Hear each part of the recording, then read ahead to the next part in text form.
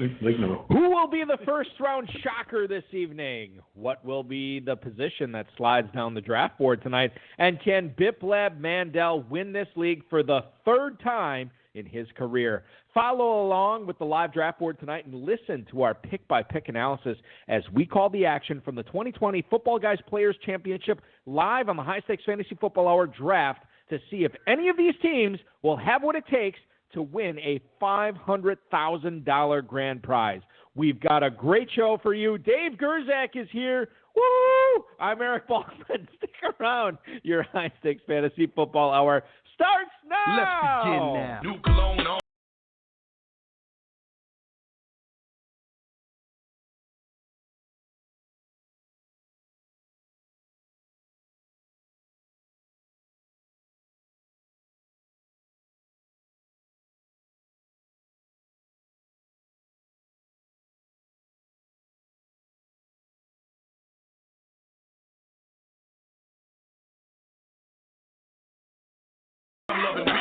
Broadcast live and heard around the world, you are now listening to the most entertaining hour of radio on the planet.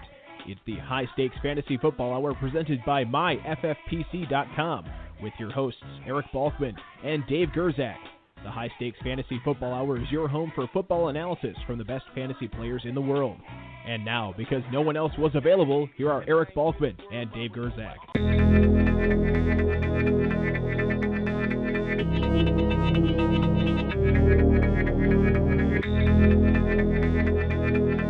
Hey, thanks a lot, Rob. Greetings and salutations to all of the Balkaholics and Gerzak fanatics listening in tonight live. Welcome to the latest episode of the High Stakes Fantasy Football Hour presented by MyFFPC.com. I am, as always, of course, your slightly above average host, Eric Balkman. My co-host is the patron saint of fantasy football, the Dizzle, Dave Gerzak.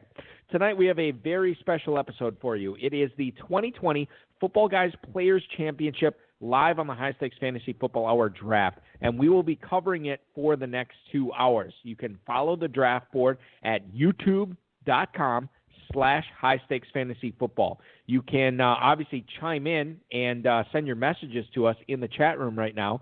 Myself, our mutual friend Rob, and producer, and my best friend and audio engineer Bryce will be monitoring those, as well as the emails that you send to highstakesfantasyfootball@gmail.com to try to get to them throughout the next 120 minutes of broadcast tonight. If you want to connect with us on Twitter, we are at HSFF Hour, at Eric Balkman, at David Gerzak. You can post on our Facebook page at facebook.com/HSFF Hour. If you have any questions for us, send them in now. The earlier, the better. We'll try to get to all of them in our fantasy feedback segment that we were going to be conducting throughout the show tonight. As a reminder, ladies and gentlemen, if you are looking for some fantasy football action as we are about a month out from the start of the regular season, MyFFPC.com is indeed your home. We got the Terminator Tournament, the Super Bracket Tournament, the Terminator Satellites, the Best Balls, the Best Ball Slims, the Footballguys Players Championship, and, of course, the FFPC main event, along with some Dynasty startups there as well. And if you already have an FFPC main event team, remember, you can get a huge hookup on your additional teams there, $400 off each additional team that you add on. We are 10 days away from the next early draft slot announcement. So if you want to start plotting your way to a $500,000 grand prize, make sure you are getting in while the getting's good.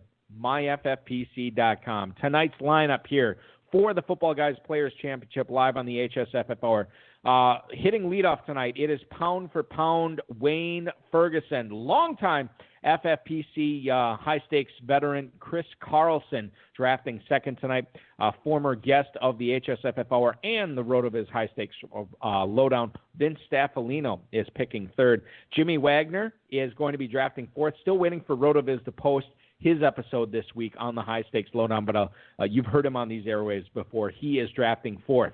The defending champ and looking for his third title in this league is Biplab Mandel drafting fifth. His good buddy John Terry, Aunt Jemima, drafting sixth tonight.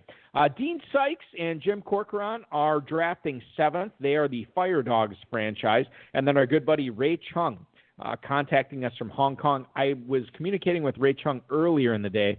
I don't know what time it is in Hong Kong, but I believe he's going to try to reach us tonight during the draft. So it could be super early, super late. I'm not sure.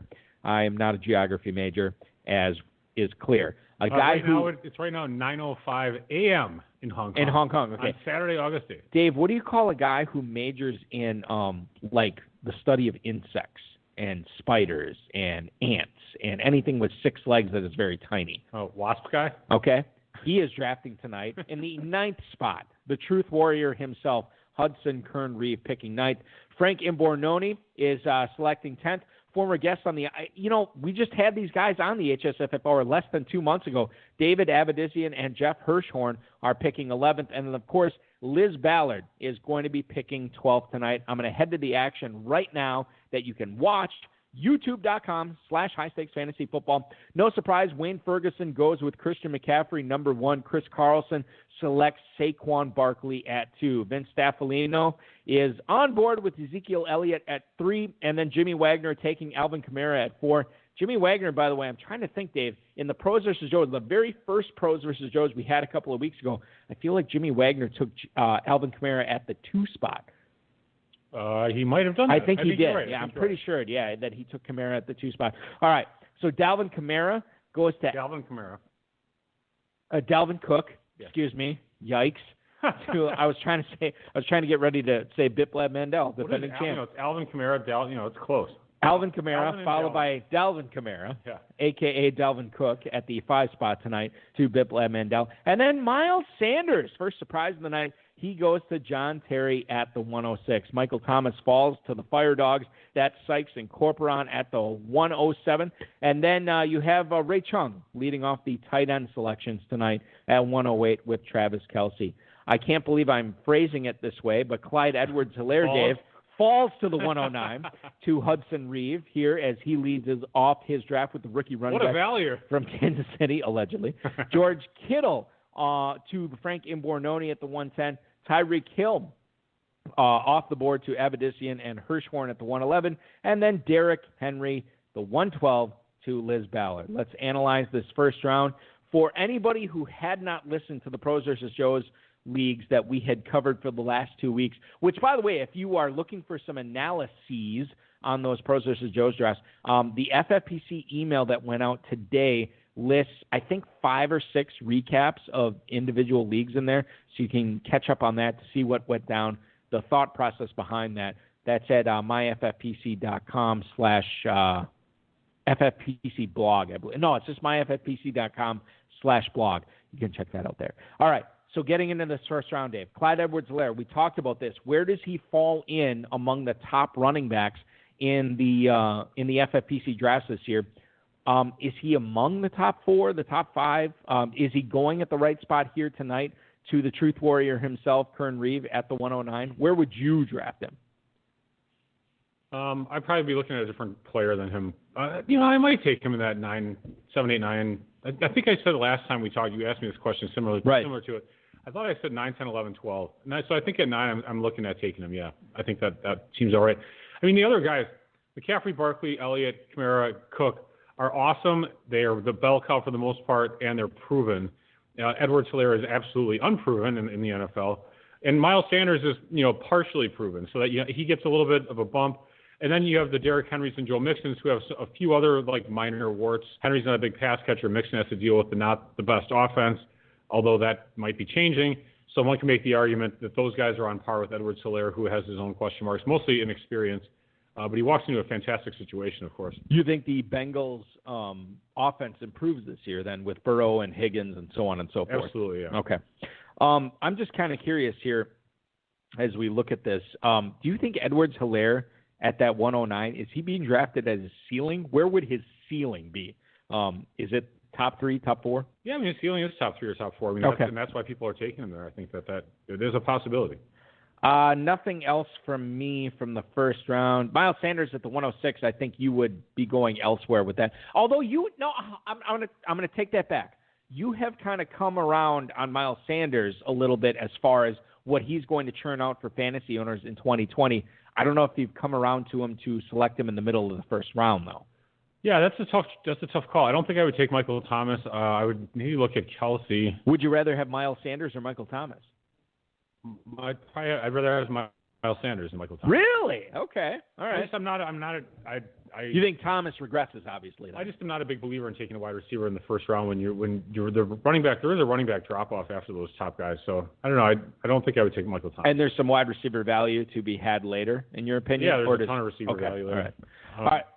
Interestingly enough, when you get to pick 13, let's consider how many Chiefs have been drafted at that point, or pick 14, I should say. I was going to say pick 14. Yeah. We have 3 off the board? Is that accurate? 3 off the board in the top 12 picks. So, just I'm going to lead into this in the second round here. For Chiefs, skill position players, you had Travis Kelsey at the 108 to Ray Chung. The pick after that to Kern Reeve at the 109 was Clyde Edwards-Helaire. And then you have Patrick Mahomes. Tyreek Hill. This is 4. This is 4 Chiefs skill position players. Tyreek Hill to the 111, obviously, to Abadisian and Hirschhorn. And then they get the stack there with Patrick Mahomes at the 202 tonight. They go Hill and Mahomes. Have we ever seen... So 2/7 of the first 14 picks. When's the last time we've seen this? I don't recall ever seeing 4 players from one team go in the top 13 picks. 14. 14. I misspeak in the first place. Especially, Dave, when you consider, the opt-out deadline's behind us, whatever. Mm-hmm. But you had 5 Chiefs opt out for Kansas City this year, and you had 2 of them playing in the same position, which not only would affect Mahomes, would affect Clyde Edwards-Helaire as well. Yeah, that's pretty nuts. Yeah. So Damian Williams, for what it's worth, from what I understand, his mother has stage 4 cancer, and I think that's part of the reason he opted out. Yeah, I don't think there's. Yeah, I mean, it makes sense that he would have. And by the way, who's the next guy after Damian Williams that affected fantasy drafts? Funchess? Yeah, it's been so muted, and in fact, one could argue that if this COVID thing wasn't going on, you'd have full practice camps and mini camps and all that stuff. And there'd probably been way more injuries would have happened actually than people who That's opted a good out. Point. Yeah. So been a little bit saved. Although you had news tonight about Darius Geis. I don't know. We'll get to that. Yeah. We'll get to that. Why? When he gets auto drafted on accident? Maybe when the starting running back from the Washington football team. We don't even know who that is. Well, we're about to find out today. I guess we're going to see. So you look at, and I'll just say this about the whole opt-out thing. Far be it for me, Dave, to accuse the players. Get on the soapbox. To accuse the players of doing something that they shouldn't be doing. But I looked at the opt-out list. 66 total players opt out in the NFL. Most of which were on the sucky list. That was my point. I'm sorry. Go ahead. You have a $350,000 stipend that you get if you are a high-risk player. I mean, i.e. fat. If you're like a fat lineman. I wouldn't say fat, but like immunocompromised. Cancer, diabetes. But if you have a family member who has any of those. Fine, but also if you're 350 pounds, I think you could be classified as high risk because you're fat. I'm not disagreeing with that. But you look at the players that opted out, and I don't want to accuse the players of this, but I think there's a lot of guys that were on the borderline of being cut that shows, you know what? Even if I don't get the $350,000 for being a high risk, I can get $150,000 if I opt out. It's procedury. Now, that may be the kiss of death in your NFL career, by the way, because when you look at what these teams are going to do in 2021 when things are quote-unquote normal, you could have a bunch of rookies and a bunch of players that did not take the year off, and that will be competing for a spot, and then these teams could look at, you guys were on 3 different practice squads over the last 2 years. Right. You guys were not pedigreed players. You guys took a year off from football. So it is a gamble. It is a roll of the dice here for a lot of these players that opted out, and I think they're just trying to cash in on what they can do in the future. Henry Muto, by the way, in the chat room right now says he believes they don't get to keep the $150,000. He thinks that's only a loan. So these players could be, end up owing the NFL over this decision as well, if that's true. I don't know if it's true or not, but I certainly don't want to doubt Henry Muto. No comment. No comment. All right, perfect. I'm going to get you I'm going to get Dave Gerzak's comments on the second round here as we move on. Joe Mixon at the 201. I was about to say the 113. This is not a 14-team. This is at Demon Seaman for Liz Ballard. Liz Ballard taking she named it. Joe Mixon at the 201 tonight. Patrick Mahomes. I had to get you to spew it out. Right. Yes. Happy to do it tonight. It's going to be a weird. I do 7 of these in the row. Stuff happens. All right. So Patrick Mahomes at the 202 tonight. to the beef of Cucamonga. That is Avedisian and Hirschhorn. Devontae Adams slips to the 203 tonight to Frank Bornoni. Kern Reeve goes Kenyon Drake in the second round here at the 204, followed by Nick Chubb to Ray Chung. Josh Jacobs to the Fire Dogs. Fire Dogs franchise is Sykes and Corporon. And then you're looking at Julio Jones, Lamar Jackson, and Eckler after that. Julio Jones off the board to John Terry. Lamar Jackson to Biplab Mandel as he starts off with Cook and Jackson. Eckler to Jimmy Wagner. And then you have a sandwich, a running back sandwich, Oreo, if you will. DeAndre Hopkins to Vince Staffolino. Aaron Jones slips all the way to the 211 tonight to Chris Carlson. And then Chris Godwin off the board to Wayne Ferguson as he goes Christian and Chris Godwin for his first two picks. He's got Christian and God. Yeah, can't go wrong there, right? Yeah. But except for he drafted a bear in the third round, so that I'm totally praying for him. Destroys it. All right, so you look at the second round, Dave. Anything stand out to you? I guess Aaron Jones slipped a little bit. DeAndre Hopkins continues to fall. I guess we can talk about that a little bit because there is a history of receivers, stud or not, going to a new team and not playing up to what they had previously for their original team. So Hopkins is a guy that I'm not necessarily – in fact, I looked at this today. I've drafted DeAndre Hopkins in one league, and it was prior to his trade. Out of how many? To the Arizona Cardinals, like 10, probably, okay. 9 or 10. Right. And I drafted him before he was traded. I look at where he's going right now, where he went tonight, for instance, 210. Where would you start getting on board with Hopkins on a new team with Kyler Murray in Arizona? Again, in that type of range, I'm personally still looking at running back. That's just the way I'm drafting this year. Even if Hopkins was available? Yes. I like Aaron Jones. I like Gurley. I like Fournette. So those guys are all available. I think I'm passing on Hopkins and letting someone else take him, and that's fine. He could have a heck of a season. That's totally fine with me. Let me ask you a question here. What if Hopkins was still on the Texans and he still had Desean Watson throwing to him in the same offense that he was accustomed to? Would that change your mind on any of this? It would let me. I would consider him more, but I don't think it would totally change my mind. Okay. Wow, this is interesting. It's fine. But yeah, with having the stability of the same team, same offense, yeah, I think I would have to think about it for sure. Okay. And by the way, he probably wouldn't be available there. Probably not. As we look at this. Speaking of available, it's interesting that in almost all the pros versus Joe's leagues, either Mahomes or Lamar Jackson were available probably about the 301, 302, 303. So one of the two were. Here, you did not even have that opportunity as late as the 208 or 209, I should say. He went at the 208. So 209 or later, those guys were gone. All right, let's get into the third round here tonight. Wayne Ferguson kicks off the third round with Allen Robinson as his number 2 receiver. A couple of running backs off the board. Chris Carlson takes Todd Gurley. He starts off running back to begin the HSFF hour draft tonight. Leonard Fournette off the board as Vince Staffolino's number 2 running back. Juju Smith-Schuster, the number 1 receiver for Jimmy Wagner, followed by Mark Andrews. So once again, we get the hookup here with Lamar Jackson and Mark Andrews, this time going to this league's defending champion in Biplab Mandel as he gets Jackson and Andrews. Who graciously named his team defending champion. Yeah, I was thankful for that, actually, when I was doing my research on this. Melvin Gordon off the board right after that to John Terry as his number 2 running back to pair with the aforementioned Miles Sanders. Zach Ertz, who's a real-life teammate of Miles Sanders, goes off the board to Sykes and Corcoran as their number 1 tight end, number 4 tight end off the board tonight. James Conner to Ray Chung. Mike Evans to Kern Reeve, followed by Kenny Galladay to Frank Imbornoni. Chris Carson will be the number 1 rusher, at least if the draft holds stock in this. Chris Carson will be the number 1 rusher for the Beef of Cucamonga. That is, of course, David Avedisian and Jeff Hirschhorn. And then Amari Cooper wrapping up the third round here as the number 1 receiver to Demon Seaman, Liz Ballard's team. I want to head out to the 718 after we have 3 rounds in the books here tonight and go out to those airways. Who is this? You're on the air with Dave and Balky on the HSFF Hour. What up, players? Triple J, Jim Wagner. What's going on, guys?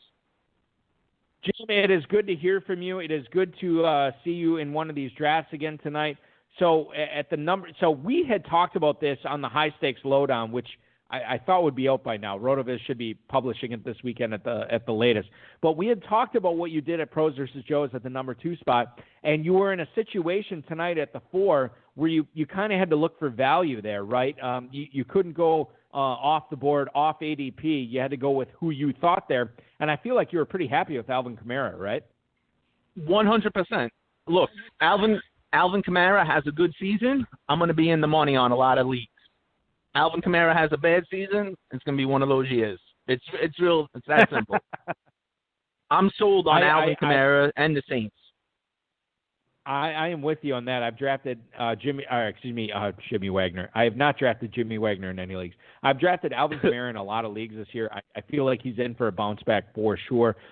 You get to the second round here tonight, Jimmy. Austin Eckler was still around. Did you think he might have a chance of slipping there because he hadn't? Let me tell you, a lot of drafts previously. That was a hard choice to make because I really wanted DeAndre Hopkins there. But I couldn't do it. I couldn't pull the trigger on Hopkins. He's on a new team, new QB, no preseason. Man, I really wanted to, and I'm probably regret it, but I had to go with Eckler. And I'm happy with the Eckler pick. I'm happy that he fell to me, but it was a tough call.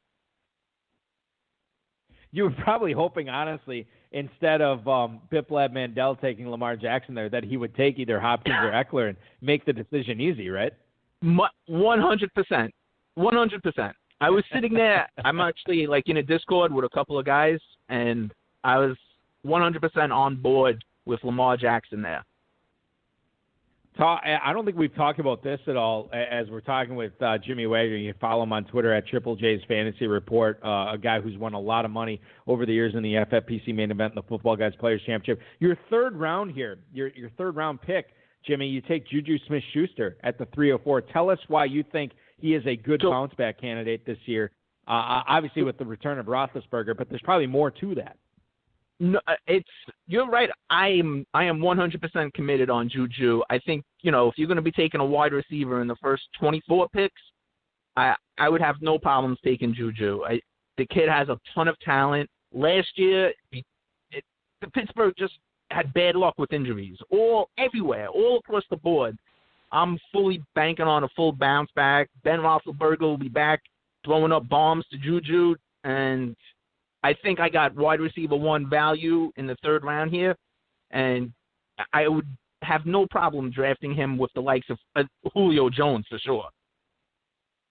I mean, how many times has Julio Jones got to burn fantasy football players before we stop drafting him in the first 24 picks?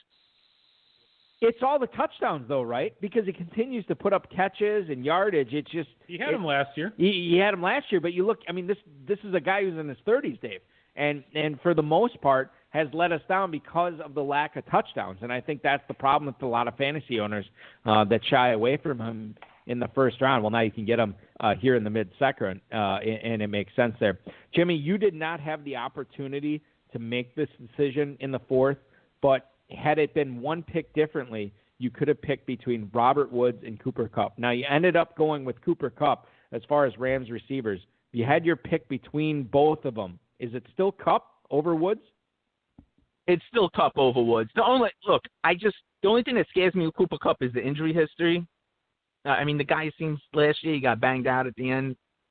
I don't know. I just feel like he's the go-to guy down there. Jimmy, Clyde Edwards-Hilaire tonight goes at the 109.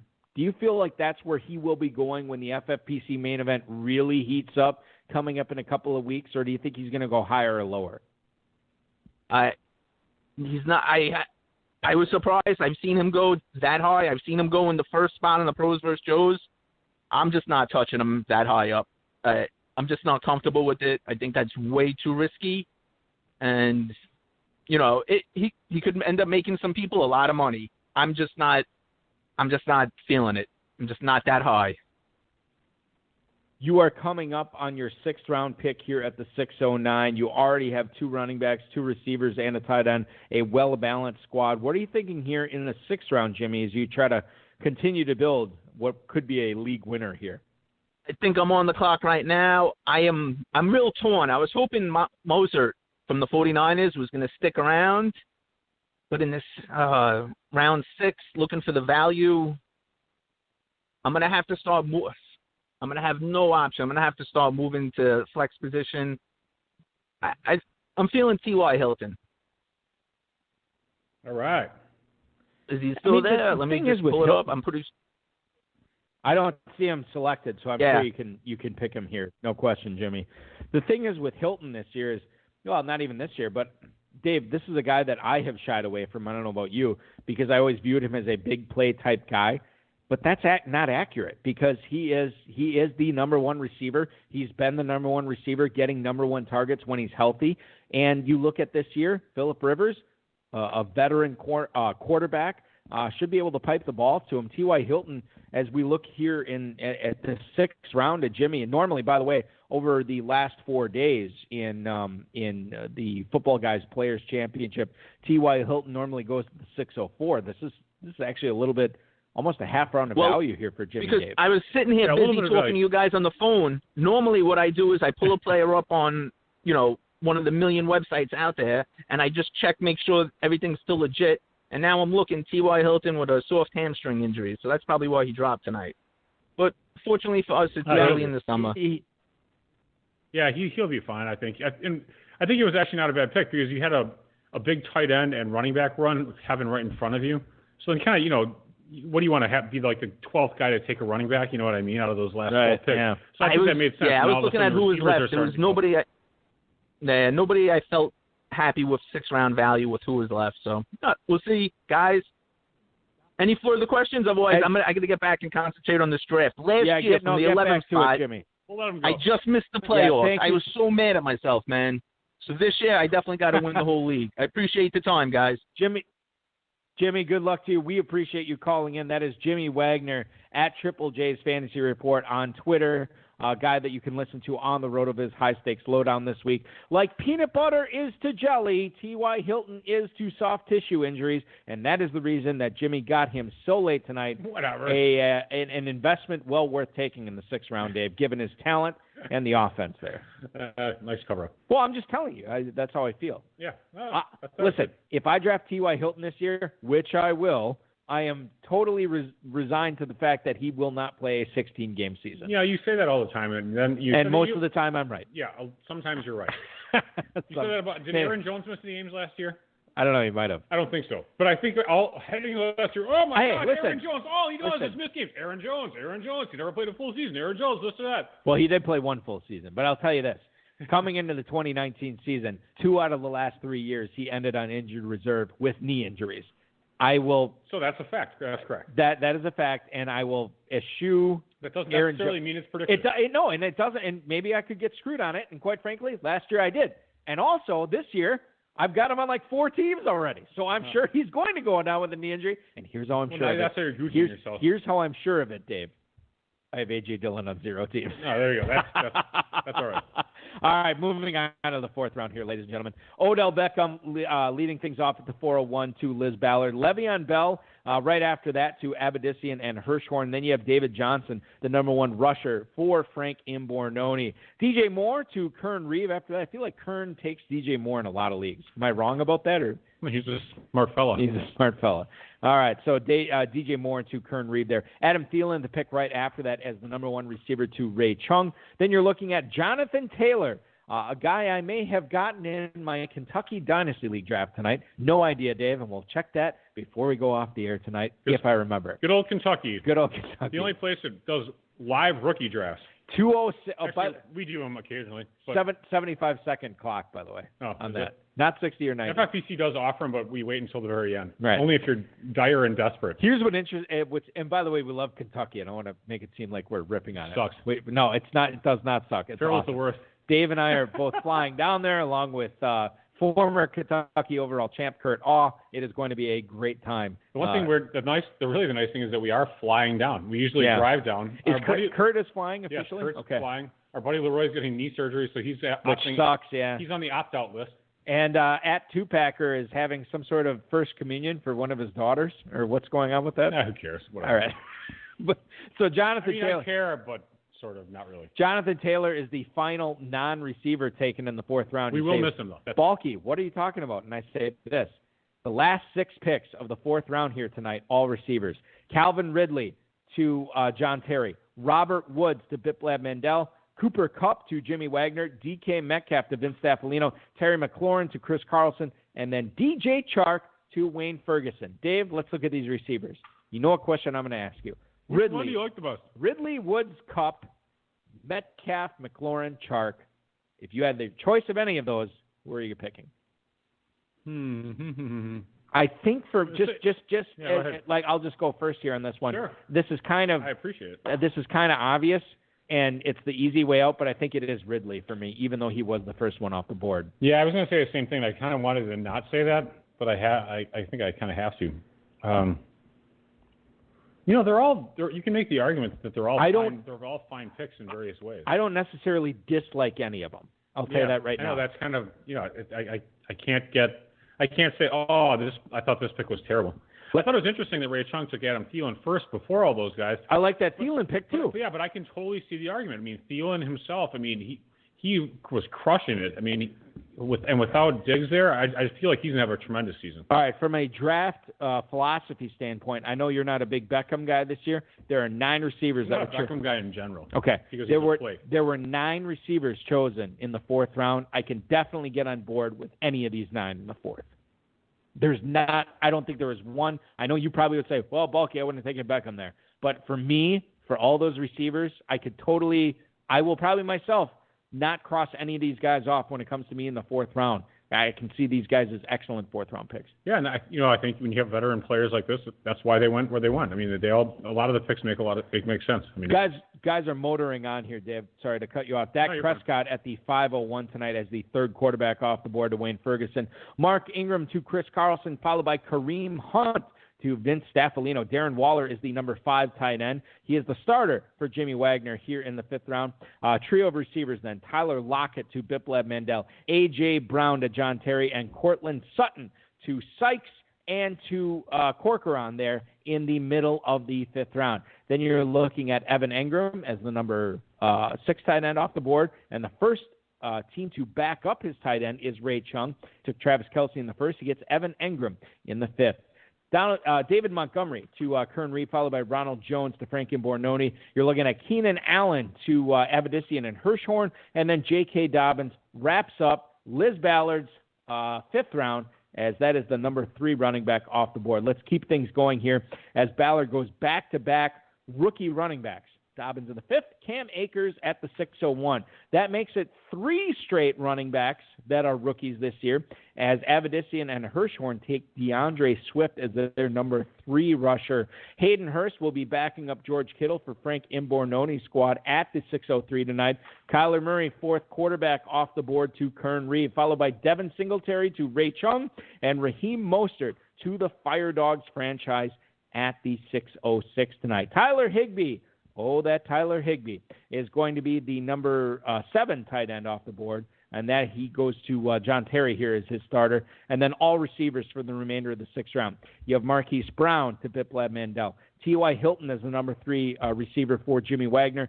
Devontae Parker, number 3 receiver for Vince Staffalino. And then A.J. Green and Deontay Johnson wrap up the 6th round. A.J. Green, by the way, the number 2 receiver tonight for Chris Carlson, as he has a McLaurin A.J. Green start. Let's go out to the 856 to take another phone call here, Dave. Tonight, you are on the air with the High Stakes Fantasy Football Hour. Dave and Balky coming at you. Who is this? This is Dave and Jeff checking in from the draft. Picking from the 11 spot tonight, the Beef of Cucamonga. What does the team name mean? Yeah, what's the team name mean, Dave? Tell us the story. They're little plays on Grateful Dead songs with the word beef incorporated. No real meaning. Oh, that's good. Guys who are on the high stakes. Oh, okay. We're getting good. Let's talk about this.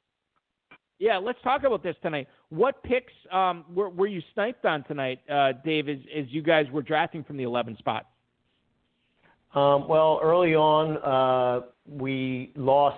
We were looking at Connor and Mel Gordon. We were hoping for them to fall in the 3rd round. We're happy with Chris Carson and Bell. We're not thrilled with Keenan Allen. Actually, when we checked in last time in our call we told you that we were trying to avoid him. But he was the best receiver at the time. And you end up, we end up taking him. When it came to your first-round pick with Tyreek Hill, you guys had to be pretty thrilled with that, right? I mean, I know like Devontae Adams typically goes ahead of him, but I'll tell you this, in the Scott Fish Bowl this year, I had the decision between Adams and Hill, and I also went with Hill over Adams. Oh, yeah. It was definitely our plan. We wanted to do the sack with Mahomes. Yeah, it was our plan. We were looking at Miles Sanders and Clyde Edwards, but that did not. They didn't fall into our hands, so we went with Plan B, which was to stack Hill and Mahomes, and we're pretty happy with that. Something different for us. Yeah, I know. I like that. It's interesting too because we were covering the Pros versus Joes drafts the past couple of weeks, and I think number 4 this past Sunday saw Chris Carson and Le'Veon Bell both go in the 5th round. You guys grabbed them in the 3rd and 4th tonight as your starting running backs. And while I know that wasn't the same value, I got to believe with the volume that you're going to get from Carson and Bell, those seem like smart decisions for you guys as you try to win this league. Yeah. They were that's all we did. The only options. The best options. And then there was a run, many receivers taken after. There's huge runs of receivers in this draft. Just curious on this, and Jeff, I'll pose this question to you. You guys were on the clock in the 6th round. You ended up taking Deandre Swift at the 6:02. What's interesting about that pick is the 2 picks previous were both rookie running backs. Were you guys already made up your mind on Swift, or did you have your eye on one of those other rushers in Dobbins or Akers there? No, it was any one of those 3 would have been. Well, not Dobbins. It was either Swift or Akers. I was happy with either one of them. Yeah. So not Jeff, Dobbins yet. Maybe next year. So is it just the Mark Ingram factor that has you guys shying away from J.K. Dobbins this year, Jeff? Yeah, that's it. I just don't know much about him yet to make that pick. I like Swift. Dave, you guys ended up waiting until the 7th round to take a tight end, which we'll get to shortly, but it ends up being Noah Fant there. And I only ask this because I've been in a couple of tight end premium leagues this year, and I waited on tight end as well, and ended up with Noah Fant as my number 1 tight end. Tell the listeners, whether they're drafting in the Footballguys Players Championship or the FFPC in general, why Noah Fant is not a bad tight end to fall back on if you wait on the position. Honestly, I've been reading a lot about him. That's the reason that we went that route. I wanted Higbee, but I know there was no way we were getting him. So what I've been reading about Font and researching about him, I like him. We haven't generally been going tight end early. Yeah. Well, which would make sense with Fant then. So just kind of, Jeff, I'll throw this question to you. Just kind of in general, when you're drafting in tight end premium leagues, do you guys feel like you normally wait on tight end just as a rule? Not the last couple of years. This is the first year we've actually waited. It's never worked out for us, ever, drafting tight ends early. Ever. even at a point and a half, it just does not work. Not for us. I can't speak for other people, but not us. In the first round, we have had trouble when we pick a tight end. We have difficulty filling spots later. Jordan Reed was our downfall. Jordan Reed was a lot of people's downfall. I'll tell you that right now. He was mine too in several leagues, so that makes sense there. All right, fellas, we are coming up. We are coming up at the 9-11 here pick for you guys. Tell us who you're thinking about, not only at the 9-11, but as we move forward into the 10-02. What are you guys looking at here on the turn? Well, we just backed up Deandre Swift with Kerryon Johnson because we were looking at a runner, so we may as well have a cuff there. And we're hoping to, I guess, play another receiver. And assuming that the next 2 picks are clear, we're hoping for a Jamison Crowder to fall our way. So I see Janu Smith. He's gone. Oh no. Oh yeah. Well, we better. We're you know what? I Sterling Shepard. Shepard or Williams? Preston. Yeah, Preston. We're going to take Shepard Preston is actually Williams. also gone. Yeah, he just went. All right, so we're gonna go with Preston Williams. Hopefully Liz isn't listening. No, she's not. She's all set on this one. We'll know if she is if she takes Preston Williams here, Dave, at the 10:01 tonight. But I don't foresee it happening. It's a well-balanced team, Dave and Jeff, that you have here. You're looking at 4 running backs, 3 receivers, a quarterback, and a tight end. And then coming up, it is Preston Williams here, so you do get 4 receivers. Gentlemen, I certainly appreciate always hearing from the both of you. Thank you so much for not only participating in this draft, but for chiming in with us tonight. Good luck in the Football Guys Players Championship in all your leagues this year, gentlemen. It's always a treat from both of you guys, and good luck on the Preston Williams pick. Thank you, guys. All right, have a good one. Bye. Thanks a lot. That was Dave Avedissian and Jeff Hirschhorn, ladies and gentlemen, chiming in tonight.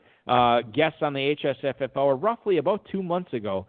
They came on, won a lot of money in this contest over the years, and this could be another incident of them winning a lot of money tonight as they try to dethrone Biplab Mandel as the champion of this league moving forward. Dave, where did we leave off here? I feel like it was the 601. Talked about. Yeah, I don't think we got to most or no. No, I think we got deeper. Yeah, no. So here's what happened. We got to the Higbee pick at the 607 tonight to John Terry, and then there's a bunch of receivers. Marquise Brown to Biplab Mandel, T.Y. Hilton to Jimmy Wagner, Devontae Parker to Vince Staffordino, A.J. Green to Chris Carlson, and Deontay Johnson to Wayne Ferguson. Moving on to the 7th round, Ferguson goes with Tariq Cohen as his number 2 running back here at the 701. Another wide receiver run here. Tyler Boyd to Chris Carlson is his number 3. Michael Gallup to Vince Staffordino is his number 4. Julian Edelman as the number 4 to Jimmy Wagner. And then you have Staphon Digs, Biplab Mandel. Will Fuller is the number 4 receiver to John Terry. You see Hunter Henry go off the board after that to the 707 selection. That is Dean Sykes and Jim Corker on there as they back up Zach Ertz with Hunter Henry. Jarvis Landry to Ray Chung, followed by Rob Gronkowski to Kern Reeve as his starting tight end. James White to Frank Imbornoni, back-to-back tight ends, finish off the 7th round. 7-11, Noah Fant to Avedissian and Hirschhorn. Mike Gesicki to Liz Ballard here to end the 7th round. I'm going to motor through the 8th and 9th as best as I can here, as these guys are professional drafters. You're a real trooper, Volky. Yeah, I'm trying to be. Brandon Cooks is the number 3 receiver to Liz Ballard. Darius Slayton at the 802 tonight to Avedissian, and Hirschhorn is their number 3 receiver. Keyshawn Vaughn, number 4 rusher for Frank Imbornoni. Who also owns Ronald Jones. He does own, thank you for pointing that out. Jerry Jeudy, a guy you like this year, to Kern Reeve off the board at the 804, and then a bunch of running backs. Antonio Gibson to Ray Chung. Alexander Madison to Sykes and Corcoran, who do not own Dalvin Cook. Jordan Howard off the board to John Terry. Matt Breida to Biplab Mandel, followed by Philip Lindsay to Jimmy Wagner. You get a tight end wide receiver sandwich here. Jared Cook to Vince Staffordino. Marvin Jones to Chris Carlson and T.J. Hawkinson. Starting tight end for Wayne Ferguson at the 812. And then right after that, Tevin Coleman, the San Francisco 49ers running back, is the 901 to Ferguson tonight as his number 3 rusher. Russell Wilson will be calling the signals tonight for Chris Carlson and all season long as his number 1 quarterback. Back-to-back tight ends for Staffordino, Cook in the 8th, Dallas Goedert at the 903. Sony Michel to Jimmy Wagner, followed by Zach Moss to Biplab Mandel, who, by the way, does not own Devin Singletary. Number 1 quarterback drafted by John Terry is Desean Watson here at the 906. Jameson Crowder and Christian Kirk to Sykes and Corcoran and Chung, respectively. Then you have Austin Hooper backing up Gronk for Kern Reeve. Sterling Shepard off the board to Frank Imbornoni. Kerryon Johnson, who you heard live on the HSFF Hour here with Avedissian and Hirschhorn. And then Jonnu Smith backing up Liz Ballard's Mike Gesicki here in the 9th round. A lot of backup tight ends, Dave, so far as we look at this. You're already looking at 6 teams with backup tight ends through 9 rounds. Will that change going forward as far as pushing the tight ends up? Only time will tell, and my voice, which we will go on to in the 10th round here. Tony Pollard to Liz Ballard. Preston Williams, you heard that pick to Avedissian and Hirschhorn. DeAndre Washington, the supposed handcuff to Frank Imbornoni here. That's not the Imbornoni handcuff. That is the Clyde Edwards-Hilaire handcuff in Kansas City. DeAndre Washington, the 1003 tonight. Damian Harris off the board. He's moving up the 1004 to Kern Reeve. You have Jalen Reagor to Ray Chung, followed by Carson Wentz, the number 1 quarterback for the Eagles, and the number 1 quarterback for the Fire Dogs. That is Dean Sykes and Jim Corcoran. You have Duke Johnson, the backup running back, who did not go to the David Johnson team tonight. That is to John Terry tonight at the 10:07, followed by Darrell Henderson, part of the glut of running backs going on in Los Angeles for the Rams. He goes to Biplab Mandel. Blake Jarwin will indeed back up Darren Waller for Jimmy Wagner. You have Emmanuel Sanders, the brand new New Orleans Saint, the new New Orleans Saint here at the 10:10 tonight to Vince Sapolino. Latavius Murray, his real-life teammate, goes at the 10:11 to Chris Carlson, followed by the rookie wide receiver for the Dallas Cowboys, CeeDee Lamb, as the number 5 pass catcher, or wide receiver, I should say, for Wayne Ferguson. You got caught up. That is a lot of picks to get through. That's a lot. I could have gone to the bathroom. I should have really gone, but I don't have to go. You totally should have. And to celebrate, I'm going to go to the 612 tonight, Dave, which I could be wrong on this, but I believe we're talking to the defending champion. Minneapolis? Yes, very, very possible. I don't know. We're going to find out right now. You're on the air with Dave and Balky. Who's this? Hey, guys. This is Biplab. The notorious BIP is in the house. Biplab, what was your Hi, team how name are when you? you won this league? Was it indeed the notorious BIP, or was it Rainmaker? Was it something else? I don't remember. I think it was Notorious BIP, and I stopped using that name because all I was getting was 10, 11, 12 picks with that name. So I know out? Dave Did will you not stop getting... agree, but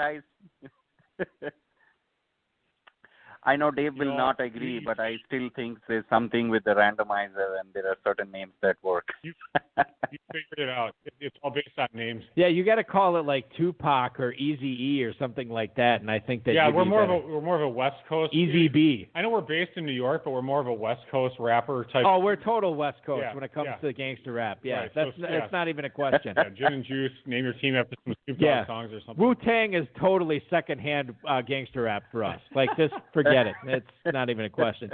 All right, Bip.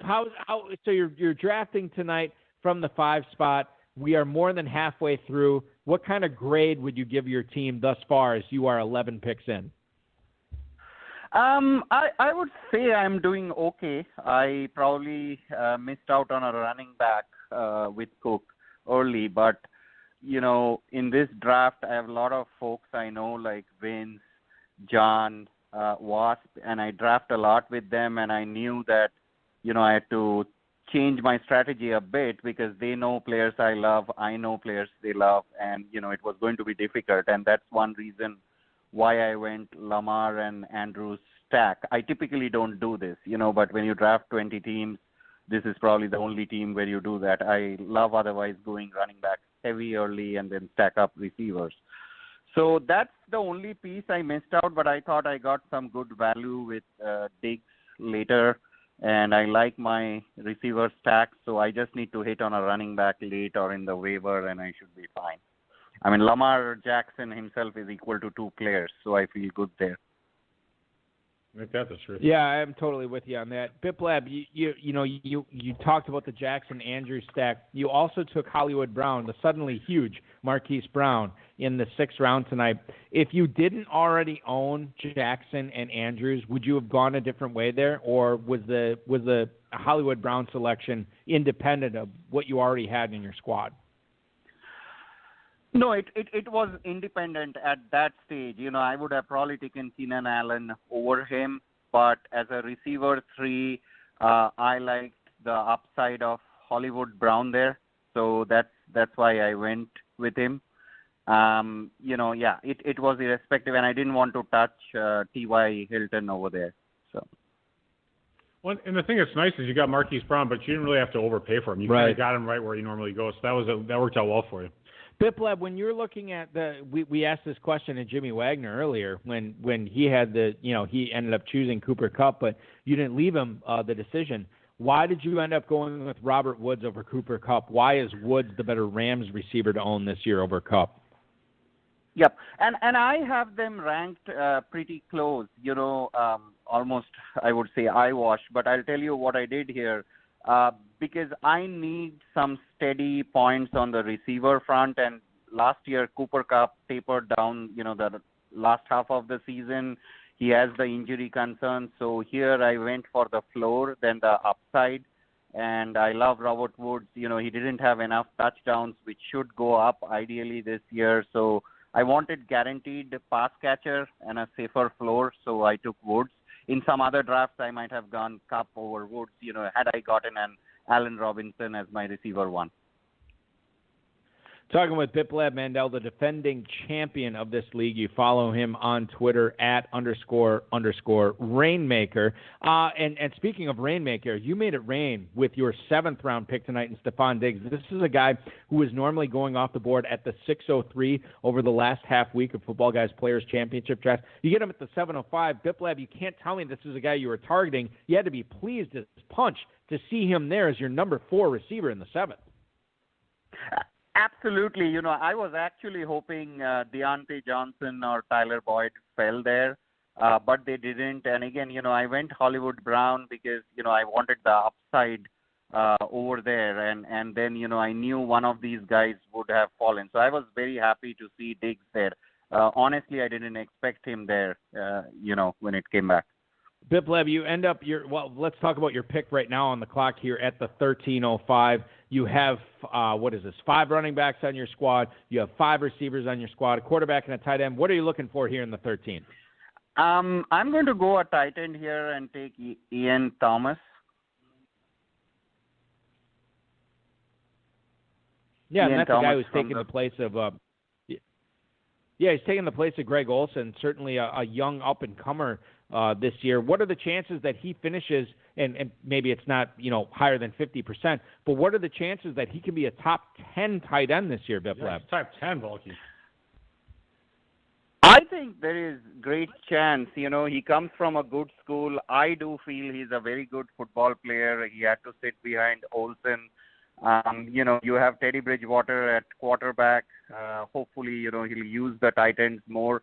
Whenever I've seen Ian Thomas play, he's been decent. He's just not gotten the chance. And right now at this stage, it's all about backups. It's all about upside.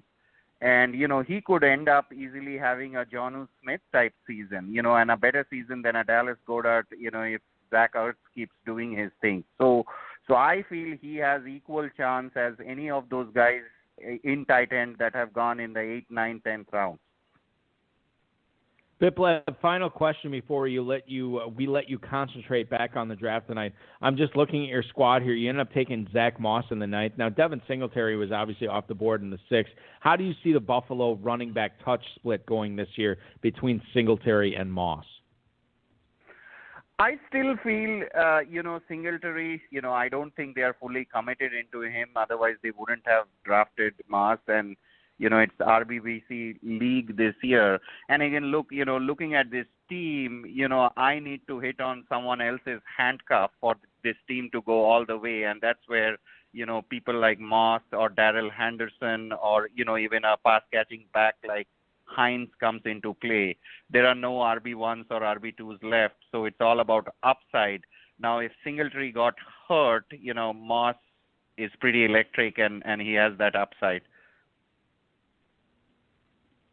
Yep, totally agree with that. He is the pride of the Midwest, ladies and gentlemen. You follow him on Twitter at __ Rainmaker. He is Biplab Mandel. He is the defending champ of this league, has already won it 1 year previous. Will he make it 3 years that he is the defending champion, 3 years that he is the champion in this league? Only time will tell. Biplab, we always appreciate hearing from you. Good luck in all your leagues this year. We'll talk to you again soon. We really appreciate you taking some time out for us tonight. Thank you, guys. Have a good night. Bye-bye.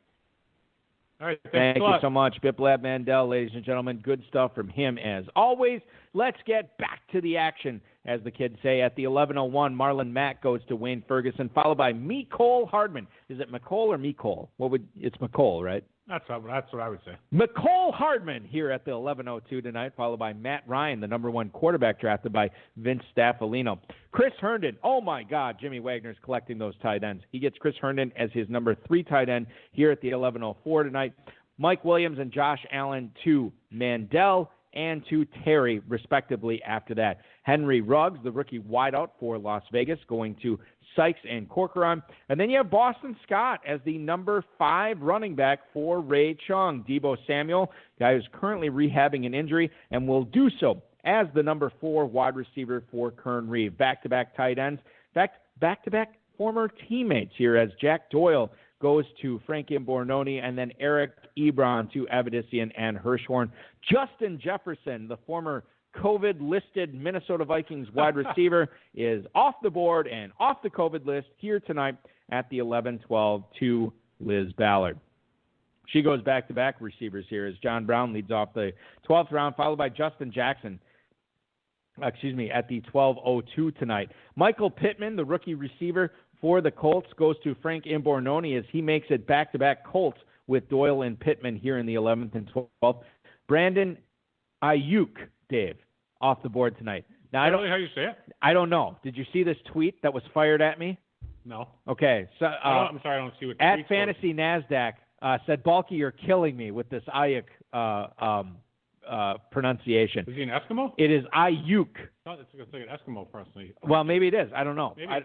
Brandon Ayuk went to Arizona State. I don't know how many Eskimos are there, but I'm going to do my best at Fantasy NASDAQ to pronounce it the correct way, and it is nice. Brandon Ayuk tonight. Nice tweet. And he gets the teammate of Deebo Samuel. I was going to say he went back-to-back Niners receivers, so he is good to go there. Chase Edmonds, the backup running back, presumably, for the Arizona Cardinals, goes to Ray Chung, followed by N'Keal Harry off the board to the Fire Dogs franchise at the 12:06.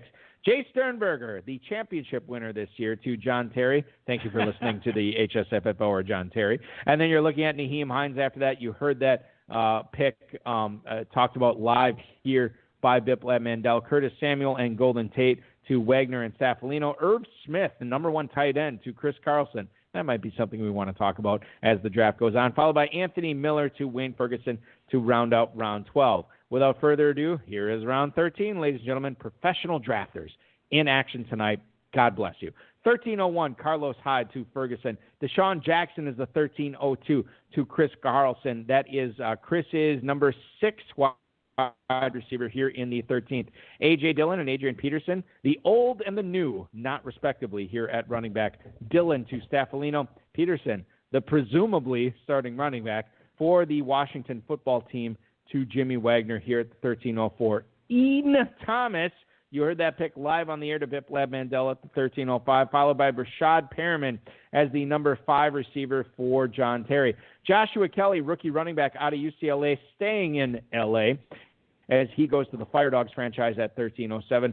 Back-to-back quarterbacks, speaking of old and new, you get Tom Brady to Ray Chung. You get Joe Burrow to Kern Reeve, followed by Devontae Freeman to Frank Imbornoni, and then Hunter Renfrow, the Las Vegas slot machine, going to Evedissian and Hirschhorn, and then Darrington Evans to Liz Ballard with the final pick of the 13th round. Hunter Renfrow, maybe, is he going to be the Las Vegas slot machine this year? We got some news on that this year, Dave, that or this week, I should say, that a rookie out of Alabama might be the Las Vegas slot machine this year. Yeah, the team was talking about Henry Ruggs playing the slot and having, possibly the rookie starting on one side and then Tyrell Williams starting the other side. So, I think that Renfrow might be relegated to the 4th wide receiver spot, which would certainly stink for his fantasy value if that comes to be. I understand we have to take coaches at their word, but I also do understand it is John Gruden. And this is a guy who tricked his team into believing he had COVID-19 last week, Dave. Are you serious? Yeah. Why would you do that? To show the seriousness of what they're dealing with. He's such an idiot. I'm not saying he's an idiot, but I'm also saying I'm not subscribing to his line of thinking as it comes to that. What a weirdo. He's just a weirdo. He is a weirdo. Here, wrap your knuckles on the thing. That's like, who does that? Anyway. Hey, knock on wood if you're with me, Dave. Oh God, it's so terrible. Can we get the Raiders on Hard Knocks back-to-back? Have you traded to like a normal person team? Oh, that'd be cool. Did you see who Hard Knocks is this year, by the way? I did not. It is 2 teams. Oh, is it the LA teams? It is the LA teams on Hard Knocks this year, which I don't know when they're going to debut. I know the Packers' first practice is August 15th. I'm not sure if that's, congruent around the NFL. I've been hearing that the so-called non-practices are kind of practices. Did you hear this whole Michigan-Ohio State feud? No.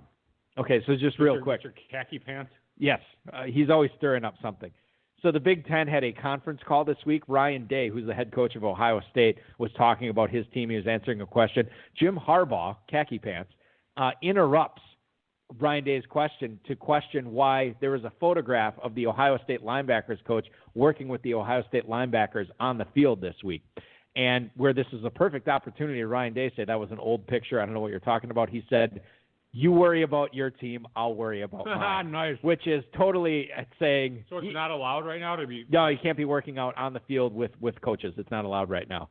And then Ryan Day, in a team meeting afterwards, he said to his teammates, not to his teammates, but to his team, to his players, he said, I hope the Big Ten has a mercy rule in effect this season because we're going to hang 100 on Michigan. Great stuff from the Michigan Ohio State rivalry. Ohio State, they never break the rules. They're always good. Yeah, Urban Meyer. It's Mr. Straight-Laced. Yep. Moving on here in the 14th round, Dave. Leading things off, this is probably our unofficial quarterback round of the draft thus far. Matthew Stafford off the board to Liz Ballard as her starting signal caller, followed by Drew Brees and Daniel Jones to Evadissian and Hirschhorn, and then Imbornoni, respectively. Go ahead. So it used to be Matt Stafford. Now it's been Matthew Stafford. I thought it was always Matthew Stafford. Was it not? He used to be like, Matt Stafford. I thought that was it. Now it's been Oh God, I can't comment on this because I always thought it was Matthew Stafford. Huh. Anyway, whatever. Yeah, it's not a big deal. It doesn't matter. I'm just glad he doesn't have COVID. That's the biggest thing, right? Yep, I'm sure his wife's happy too. Yeah, well, his wife should be thrilled. Yeah, absolutely. Sure. All right, anyway, go ahead. Yeah, so moving on. So we had the two quarterbacks there. You get the Niners defense. Dave, it's the first time we talked about a defense since Revelations, Genesis, Apocalypse so refreshing. We have a defense off the board here to Kern Reeve in the 14th round, followed by a trio of receivers. Sammy Watkins to Ray Chung, Robbie Anderson to Sykes and Corcoran, and then Alan Lazard to John Terry. Aaron Rodgers, Lazard's real-life teammate, will be backing up Lamar Jackson for the Biplab Mandel Rainmaker franchise, a.k.a. the notorious BIP. Denzel Mims off the board after that to Jimmy Wagner. And then you get Anthony McFarland, one of the backup running backs for Pittsburgh, to Vince Staffolino, followed by a couple of defenses here, Pittsburgh and Baltimore in the AFC North to Chris Carlson and Wayne Ferguson, respectively. Where's the right time to take a defense off the board, Dave? What's that? What round is the right round to take a defense off the board here? Round. Okay. If you're in Kentucky, the 17th round. I get that. But okay, so you have no defenses through 13 rounds here. Yeah. And then you have 3 go off the board in the 14th. You would not have made those decisions here? I would have made a decision, and I would not have taken a defense. Yeah, that's sort of what I was getting at. Okay. Yeah, I would have taken something else. All right. Sure. Let's move on here, and we'll take a phone call. I was going to say, only in fantasy can Alan Lazard go in front of Aaron Rodgers. I think it's not the first time we've seen it, too. I know, it happens all the time. Yeah, which is the crazy it's thing. Hilarious. The 941 wants to chime in tonight, and we're going to take their phone call right now. You are on the air with the High Stakes Fantasy Football Hour host, Dave and Balky. Who is this? This is Liz Ballard, also known as Demon Seaman. How are you guys? Yeah, what a team name. I love it. This is the perfect introduction to this phone call, by the way.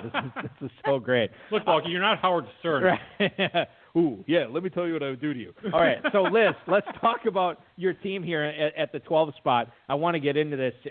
We are basically over 75% done with this draft. How do you assess your team right now? Was this what you were hoping for going in? Is it less? Is it more? What do you think? It is not at all what I expected. I could not imagine Kelsey, Edwards, Hilaire, Kittle, and Hill going like that in the first round. I was hoping to get at least 2 of those or at least one of those players, if not 2. And so my whole first and second, the 1-2 term was just sort of shattered for me. But no, it's all right. You take what the thing you got is left. funny, Liz. Exactly. When you look at what you got left, you got probably the consensus number 8 and 9 picks with Henry and Mixon. I think it turned out really well for you at that 1-2 turn. You don't often see a Henry Mixon turn. You never see that. Yeah, exactly. Yeah, so Henry and Mixon there, probably not the players that you were hoping for, but Liz, it certainly changed the way that you drafted your team after you got those first 2 guys. Oh, absolutely. You got to kind of, you got to adjust,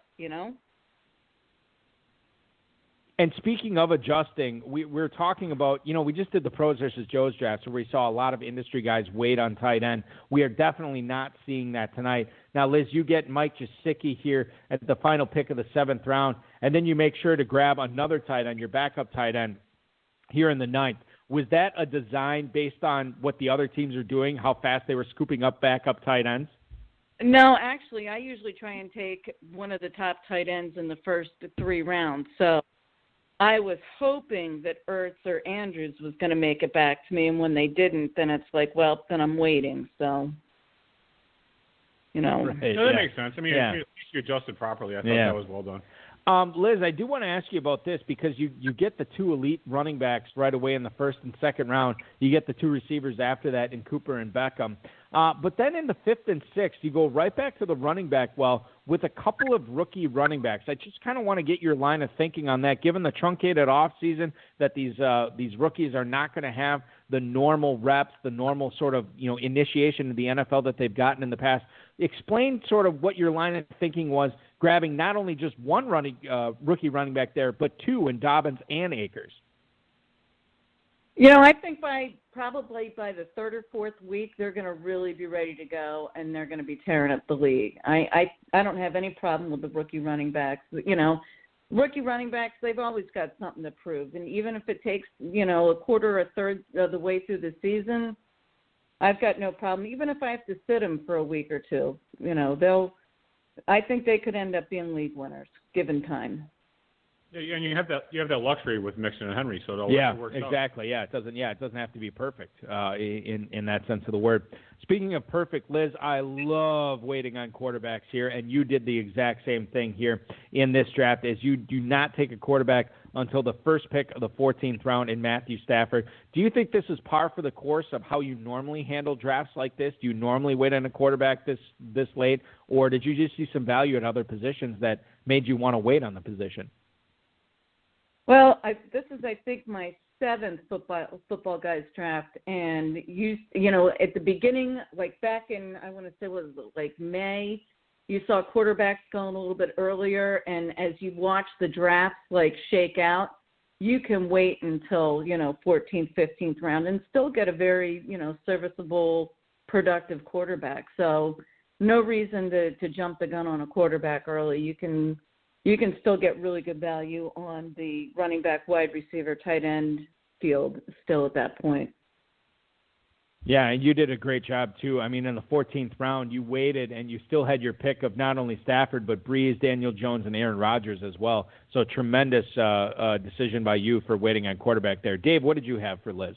I was just going to totally agree with what she had to say. I mean, and you see in these Footballguys drafts where you only really need one quarterback, you really truly can wait. I mean, it wasn't just Liz. I mean, you look at Russell Wilson and Desean Watson; they both go in the 9th round, and it's a factor of her experience in drafting in Footballguys drafts. Right. If this was your first draft, maybe you wouldn't know that, and all of a sudden you're taking, Carson Wentz in the 9th or 10th round.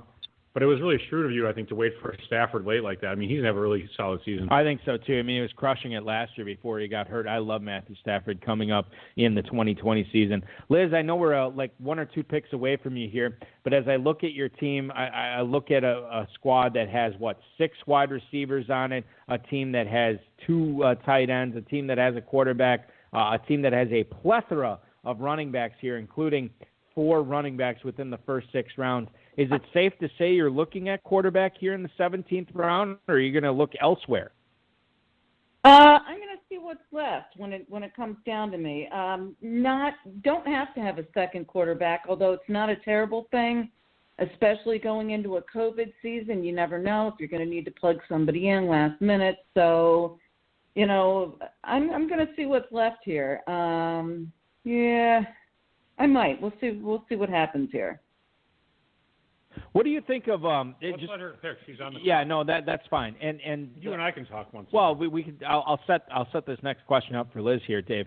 As we're talking about the rookie running backs that she took here in the 5th and 6th round, and how she said that by week 4, week 5, whatever it is, they're going to be ready to go. And I don't necessarily disagree with that. I think a lot of the rookies, if they're worth their salt, are going to be ready to go then. But as you look at the decision that she was faced with here at the final pick of the 15th round, she ends up going with Paris Campbell, wide receiver for Indianapolis. And Liz, I'll throw it back to you now that we see your picks here off the board. But you talk about the Paris Campbell pick. A lot of people are on Michael Pittman this year. Why should people not be sleeping on Paris Campbell?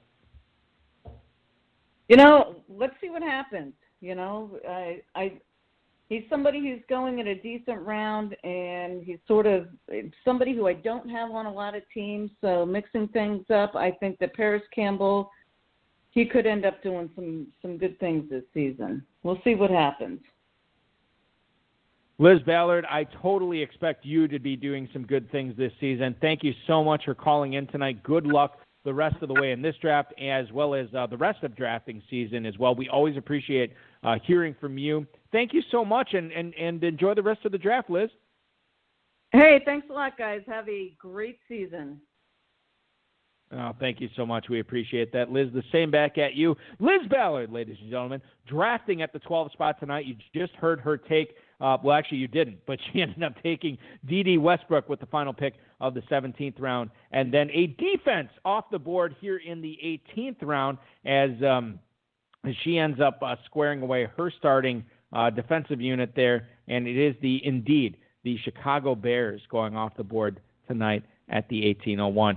Let's go to the 852, as it were, and take another phone call. Calling yeah, in. everybody's you it's not like Pros versus Joes. You get the real. We bring the real tonight. Bunch of wimps over there. From the 852 on the air with the HSFF Hour, David Balke. Who is this? This is Ray Chung. Ray, I fully expected you. Good morning. Good morning indeed. I fully expected you from calling in from a different number tonight. I'm thrilled to hear from you, obviously. So you were looking at your squad tonight. As we look at it, you knew you were going to have the 8th pick. Was Travis Kelsey a target for you there, or was he best player available? No, he was definitely a target for me. I wanted a tight end in the first round for sure. Have you, and refresh my memory on this, Ray, do you normally, when you have the back-end picks of the first round, do you normally try to target a tight end at those spots? Yeah, someone usually drops,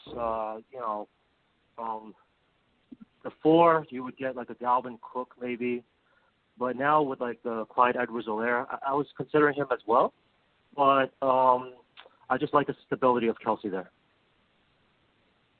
Ray, we talked about how much we love the 4th-round wide receivers tonight, and you got one of our favorites in Adam Thielen. But given the decision that you had to make, I mean, so many talented receivers behind him. You have McLaurin, you have Kupp, you have Ridley, to name a few. Why did you end up going with Thielen there in the 4th round above the rest of those guys? I just love the connection that he has with Kirk Cousins. And, he gets all those targets. So I feel like going 2 running backs and 1 tight end to start, I needed to lock in someone that would definitely get into the points, have a nice floor. Yeah, and certainly you always appreciate that, given that it is your number 1 receiver there. You want a high floor, and you want a guy who can ascend to a pretty good ceiling as well, and I think you achieved that with Adam Thielen. Ray, you were also, by the way, you can follow Ray on Twitter at Chung Knows. Ray, I want to ask you, too, you were the first team to double up on tight end with Evan Engram here tonight at the 508. How important has it been to you over the years in the Footballguys Players Championship, in the other FFPC leagues you participate in? How important is it for you to be one of those first teams with 2 tight ends before everyone else? Oh, I think it's great. I think it's great to have the best tight end and also one that has enormous potential in Evan Engram. He's just been set back by injuries.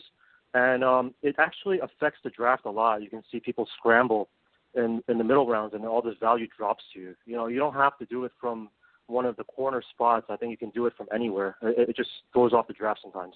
I like to bring in a little bit of chaos. Yes, the agent of chaos himself, Ray Chung, chiming in tonight. Ray, let's talk further about this team that you had formulated here tonight, specifically Christian Kirk in the 9th round. Obviously, DeAndre Hopkins and Larry Fitzgerald are getting the headlines in Arizona. Why is Christian Kirk not a name to sleep on there as far as fantasy production goes at the wideout position? Oh, Kirk has enormous potential as well. I hate to keep using that word. But, I mean, he's been there for a few years now with Kyler, and I think they're growing together. You see all these, like, off-season reports. My cat is just on the keyboard right now, so I hope I can still make a pick. But we've all been there. Sky's the limit. Like you guys have been saying, about Isabella and all that. They're going to run all these, 4 or 5 receiver sets. So I think he's going to get his. And I tried to get a piece of that offense. It's going to be a high-scoring offense. So if Drake goes down, I got Chase Edmonds going there. Well, fantasy owners, worldwide want to know where and who should be the number one running back for the Washington football team. Oh, yeah, here we go. Took Antonio Gibson in the 8th round. I actually think that's a really right around the right spot. Good value. Take the shot there, take a risk. The team obviously likes him. They spend a high pick on him. Just talk a little bit about Antonio Gibson and what you think his potential is. When you look at it, I was talking to Brandon Hickey before. I woke up to this news, and it's like, what do? I got guys everywhere in my Dino leagues. So I talked to him. I talked to Nate Liss, all these breakout finder. Drop that for him. Antonio Gibson compared to Joe Mixon, right, as his best comparable on Player Profiler. So do I draft him or do I draft Adrian Peterson? He's only a year younger than me, so I don't know. I picture myself out there. Maybe I could be a scat back, but I'm no AP, but got to go with the youth. Listen, if there's any sort of distance race on the field, Ray Chung is going to be an elite option when it comes to that, no question. We haven't talked about. We'll get into this more with the Geist release tonight and the potential ascension of Peterson and Antonio Gibson there. Final question, Ray. And also Peyton Barber is still on the team. Peyton Barber, Bryce Love, by the way, still on the team there. Yep. Final question for you, Ray, before I let you go. You went back-to-back Eagles in this draft in what round was it here that I saw it? Oh, yeah, round 10 and round 11. You go Jalen Reagor in the 10th, Boston Scott in the 11th. Who do you think is going to pay off more dividends this year between those two Eagles? Is it Reagor or is it Scott? Scott has bigger potential, I think. Reagor might need a little bit of time to get, up to speed, with those off-season workouts and pregame. Everything's up in the air right now. But I think Scott is a very underrated option. He's going to get his, even if Miles Sanders is the lead dog. And I love Miles Sanders, but I think Boston Scott, he electrifies the TV screens nowadays, but, he used to electrify the crowds. And he's just going to bring in that. He's going to be that spark plug. They're going to run so many plays now. So I think it's going to be a lot to go around. Yeah, I'm with you on that. I think there's some good standalone value with Boston Scott, and certainly if you go 0 RB, or even if you don't, and you're just looking for a high upside running back in the back half of drafts, I think as it kicks off, Boston Scott is certainly a great name to look at and a guy that I think we'll all be paying attention to as the season goes on. A team that we're going to be paying attention to in this draft is indeed Ray Chung. You follow him on Twitter at ChungKnows. Ray, always appreciate hearing from you. Good luck in this draft. Good luck in all your drafts this season. Don't be a stranger, and I'll talk to you again real soon, man. All right, thanks, Eric. See you later, Dave. Take care, you guys. All right, thank you so much, Ray. We indeed will. Stay safe and keep it fun with the FFPC and all the drafts you're doing this year. That's good advice for anyone, quite frankly, except for me or Dave, who are not drafting in the FFPC this year. All right, so I have a question here for you, Dave. With the we're basically done with the draft. Yeah, let's start covering. Okay, that was my question here because I don't know how much pick-by-pick analysis serves. By the way, 78-minute draft tonight. We were looking at, what was the Pros versus Joe's number 6 on Tuesday night? That was like an hour and 50 minutes, and it was 2 less rounds. Yeah. So these guys are superstars, and they really are. Professional drafters tonight. You feel okay kicking things off with the 101 tonight in Wayne Ferguson's team? Yeah. All right. That's good. So let me just adjust my screen here, as I am wont to do, as I am never ready for this. All right, here we go. Wayne Ferguson, pound for pound, here drafting at the one spot tonight. Quarterbacks are Dak Prescott and Ryan Tannehill. Running backs, Christian McCaffrey, Tariq Cohen, Tevin Coleman, Marlon Mack, Carlos Hyde. Then you look at the receivers. It is Chris Godwin. It is Allen Robinson, DJ Chark, Deontay Johnson, CeeDee Lamb, Anthony Miller, Antonio Gandy-Golden, and Cole Beasley. Tight ends, TJ Hawkinson and Kyle Rudolph. Kicker, Justin Tucker. defense is going to be the Minnesota Vikings. You got to be weak somewhere. I think Wayne chose tight end tonight, as I think his team is pretty balanced outside of that position. I'm still a little concerned at his running back, too. I mean, you have Cohen, Coleman, Mack, and Hyde. One of those guys has got to do something, right? I mean, you think so. But that's a little bit of a concern. Allowing yourself to be weak at tight end and at running back, too, that's a little bit too much for me. Moving on to Chris Carlson's team, Dave, tonight at the second spot, you have Russell Wilson and Ben Roethlisberger at his quarterbacks. Running backs, Saquon Barkley, Aaron Jones, Todd Gurley, Mark Ingram, Latavius Murray, Darrell Williams, and Rex Burkhead. Receivers, Terry McLaurin, A.J. Green, Tyler Boyd, Marvin Jones, Mecole Hardman, and Deshaun Jackson. Tight ends are going to be Irv Smith and David Njoku. Greg Zuerlein is the kicker. The Pittsburgh defense is the defense. This is another team, Dave, that I think is well-balanced throughout. However, are the tight ends going to score enough points for Carlson this year to win this league? I look at a lot of his picks are really solid. Barkley, Jones, Gurley, Ingram. I like his team. I like his team a lot. Russell Wilson, I thought, was a super value in the 9th round. That was awesome. That was a great pick. Yeah, if Irv Smith pans out, or if Austin Hooper's a bust, or Njoku emerges, I mean, he's fantastic. Or if Njoku gets traded. Yeah, exactly. I would have maybe, and I don't know if you liked Ingram or Waller, but instead of taking Ingram, I would have taken Waller or Evan Ingram there in the 5th round, because he had so many good running backs, and then he still got Murray in the 10th round, and he still got, I feel like, and even Burkhead in the 20th. Really nice team, though. Overall, a really solid team. I have concerns about tight end a little bit. Vince Staffolino is your number 3 drafter tonight, ladies and gentlemen. He goes Matt Ryan and Cam Newton at the quarterback position. Running backs are going to be Ezekiel Elliott, Leonard Fournette, Kareem Hunt, A.J. Dillon, Anthony McFarland, Ito Smith, and Brian Hill. Receivers are DeAndre Hopkins, DK Metcalf, Devontae Parker, Michael Gallup, Emmanuel Sanders, Golden Tate, Russell Gage. Tight ends are going to be Jared Goddard and, Jared Goddard. Boy, that would be great. Jared Cook and Dallas Goedert at the tight end position. A very well-balanced team. He ends up locking up not the entire Falcons running game because he didn't get Gurley, but he got Ito Smith and Brian Hill late. Well-balanced. I don't really have any quarrels with this team, Dave. I think he's solid at every position. Yeah, I like really almost all of his picks. I mean, personally for me, I would maybe taken instead of Parker and Gallup, I would have taken Boyd and Edelman, but that's just me personally. And that's fine. I could see that. Those are total veterans. But then he gets veterans, Sanders and Golden Tate. I thought those were really fine picks. And even Russell Gage in the 18th round. Now, Russell Gage had a number of targets. He produced, I think, 7.3 targets last year due to injury when somebody went down. But Gage is someone to look at late, and I thought that was a nice pick. And Ito Smith, Brian Hill, take 2 shots at those running backs. Why not? You don't often see 3 straight real-life teammates to end the draft, Dave. Yeah. But that's exactly what you saw. But it's in a good offense, you know what I mean? Yeah, tremendous. Let's look at Jimmy Wagner's team here from the 4 spot tonight. He ends up waiting on quarterback, and he still gets Phillip Rivers. Now, that's his lone quarterback, but this is not a best ball. So there's certainly... Oh, that's a spite pick. It's not a spite pick. He's like, I guess, you know what, I'm going to take Rivers, and I'm good. Yeah, exactly. I have no problem with that. Yes, well, I know you don't. We'll get into it. Here. I have a problem. Okay. All right, we'll get into it.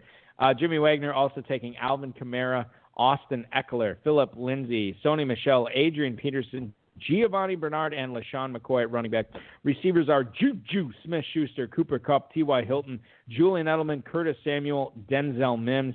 Tight ends Darren Waller, Blake Jarwin, Chris Herndon, and Dan Arnold. Seems, by the way, kicker Robbie Gould and the Buffalo defense. Seems like a bit of overkill at tight end. Maybe I would have gone with a quarterback instead of Dan Arnold there. I'm just looking at who's available. Maybe there wasn't anybody available there. I'd have to look at who wasn't selected because that was the 19th round, Dave. But other than that, very well-balanced squad again. Well, I mean, in the 13th round, instead of taking Adrian Peterson, you could have taken Brady, Burrow, Stafford, Breeze, Jones, Rodgers. Bear in mind, Peterson could be the leading touch running back 49 or 80, 58-year-old Adrian Peterson is still churning it out, man. I'm just telling you. Totally possible. Instead of Herndon, he could have taken Josh Allen. Does he need Herndon when he has Waller and Blake Jarwin? So that's my question. I mean, I know that Phillip Rivers will put up some points. He probably will, like 270. I mean, would you have rather had 330 or 340? I would have. Yeah. All right, I get it. No, that's fine. Yeah. I know, far be it for me to criticize someone who takes a quarterback late with Balky around. Oh, and you're right, by the way. It should be far be it from you to criticize somebody, regardless if I'm around. Not only do kicker lives matter, quarterback lives matter. And I would contend that they don't. Screw Patrick Mahomes and Lamar Jackson. I don't need them. The defending champion. You're going to hate this team, then. The self-proclaimed defending champion, Biplab Mandel, was in the 5 spot tonight. True also. Lamar Jackson and Aaron Rodgers are his quarterbacks. Oh, what a terrible pick with Lamar Jackson. Dalvin Cook, Matt Breida, Zach Morris, Darrell Henderson, Naheem Hines, and Darwin Thompson at running back. Robert Woods, Tyler Lockett, Marquise Brown, Staphon Diggs, Mike Williams, Jalen Hurd, and Randall Cobb at the receivers. And then the tight ends are, as of course, Mark Andrews, Ian Thomas, O.J. Howard. Kicker is Dan Bailey. Defense is going to be the Philadelphia Eagles.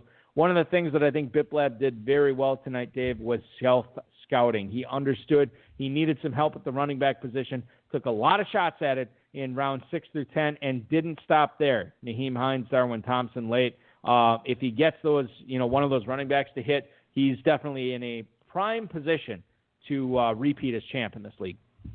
Yeah, he's got some elites. He's got Lamar Jackson, Andrews. His receivers are good. The running backs, Breida's got to really do something. But I like the guy like Zach Moss, Henderson, Hines. Those are decent shots. But RB2 is going to be the question mark, and we'll see what happens for him. The John Terry team right after that. John Terry's team. Hold on, I have it written down here. If I can find it. Maybe I don't. Where the heck did my sheet go? Normally he goes by Aunt Jemima. Good God. Yeah, it's AJ. Hold on. By the way, that team name is controversial at this point, too. So I'm not really sure. Sorry, my sheet went across the studio here tonight. Bag of dorks. AJ. We'll call his team AJ. AJ, all right, fine. You call it bag of dicks, I call it AJ. All right, so he was in the 6th spot tonight, Dave. Deshaun Watson, Josh Allen are his quarterbacks. Deshaun Watson is in 9th, by the way. Yeah, it was filthy value. Running backs, Miles Sanders, Melvin Gordon, Jordan Howard, Duke Johnson, Raekwon Armstead, Malcolm Brown are the running backs. Julio Jones, Calvin Ridley, A.J. Brown, Will Fuller, Brashad Perriman, Alan Lazard, and Alshon Jeffrey. Tight ends, Tyler Higbee, Jay Sternberger, Greg Olson, Zane Gonzalez at kicker. The New Orleans defense at defense. I know you are not a fan. Of what? Of Jay Sternberger. His backup tight end? Yes, I know you're not a fan of him. I don't really care about Jay Sternberger. Okay, so you don't like him as much as me. That is fair to say. In my opinion, this is a well-balanced team. You know what's funny about this is I was on Fantasy Alarm on Thursday evening, and I was talking to Howard Bender and Jim Bowden about Howard's team and the Pros versus Joes, and I was, let's just say, less than complimentary of it. And the team kind of sucked. Oh, yeah, Howard was giving it to me. He's like, yeah, I get it. Maybe you're not a fan of value. Maybe you're not a fan of a guy who's going to have 200-plus touches in the 9th round or whatever. Maybe that's what it is. That's funny. And what's funny is I am a fan of value. I'm also not a fan of Jordan Howard, and that's sort of what he was hinging all this on. The whole team was based on Jordan Howard. Well, no, I mean there was other picks too. Remember we talked. He was the Nick Chubb. He took Nick Chubb early. He reached on a bunch of picks. Yeah.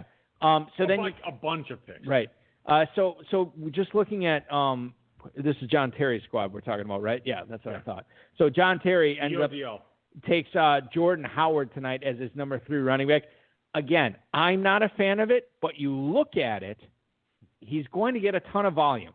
He's going to get a lot of touches. They may not be catches, Dave, but he's going to have the opportunity to score. Can he score behind that offensive line? I feel like it's a weird thing to say that this team is going to be relying upon its number 3 running back. Because it's not. But you don't think it is? Okay, go ahead. Well, first of all, Jordan Howard, he's an awesome running back because he's not an awesome running back. They're going to be playing with the lead all the time. It's Miami. Okay.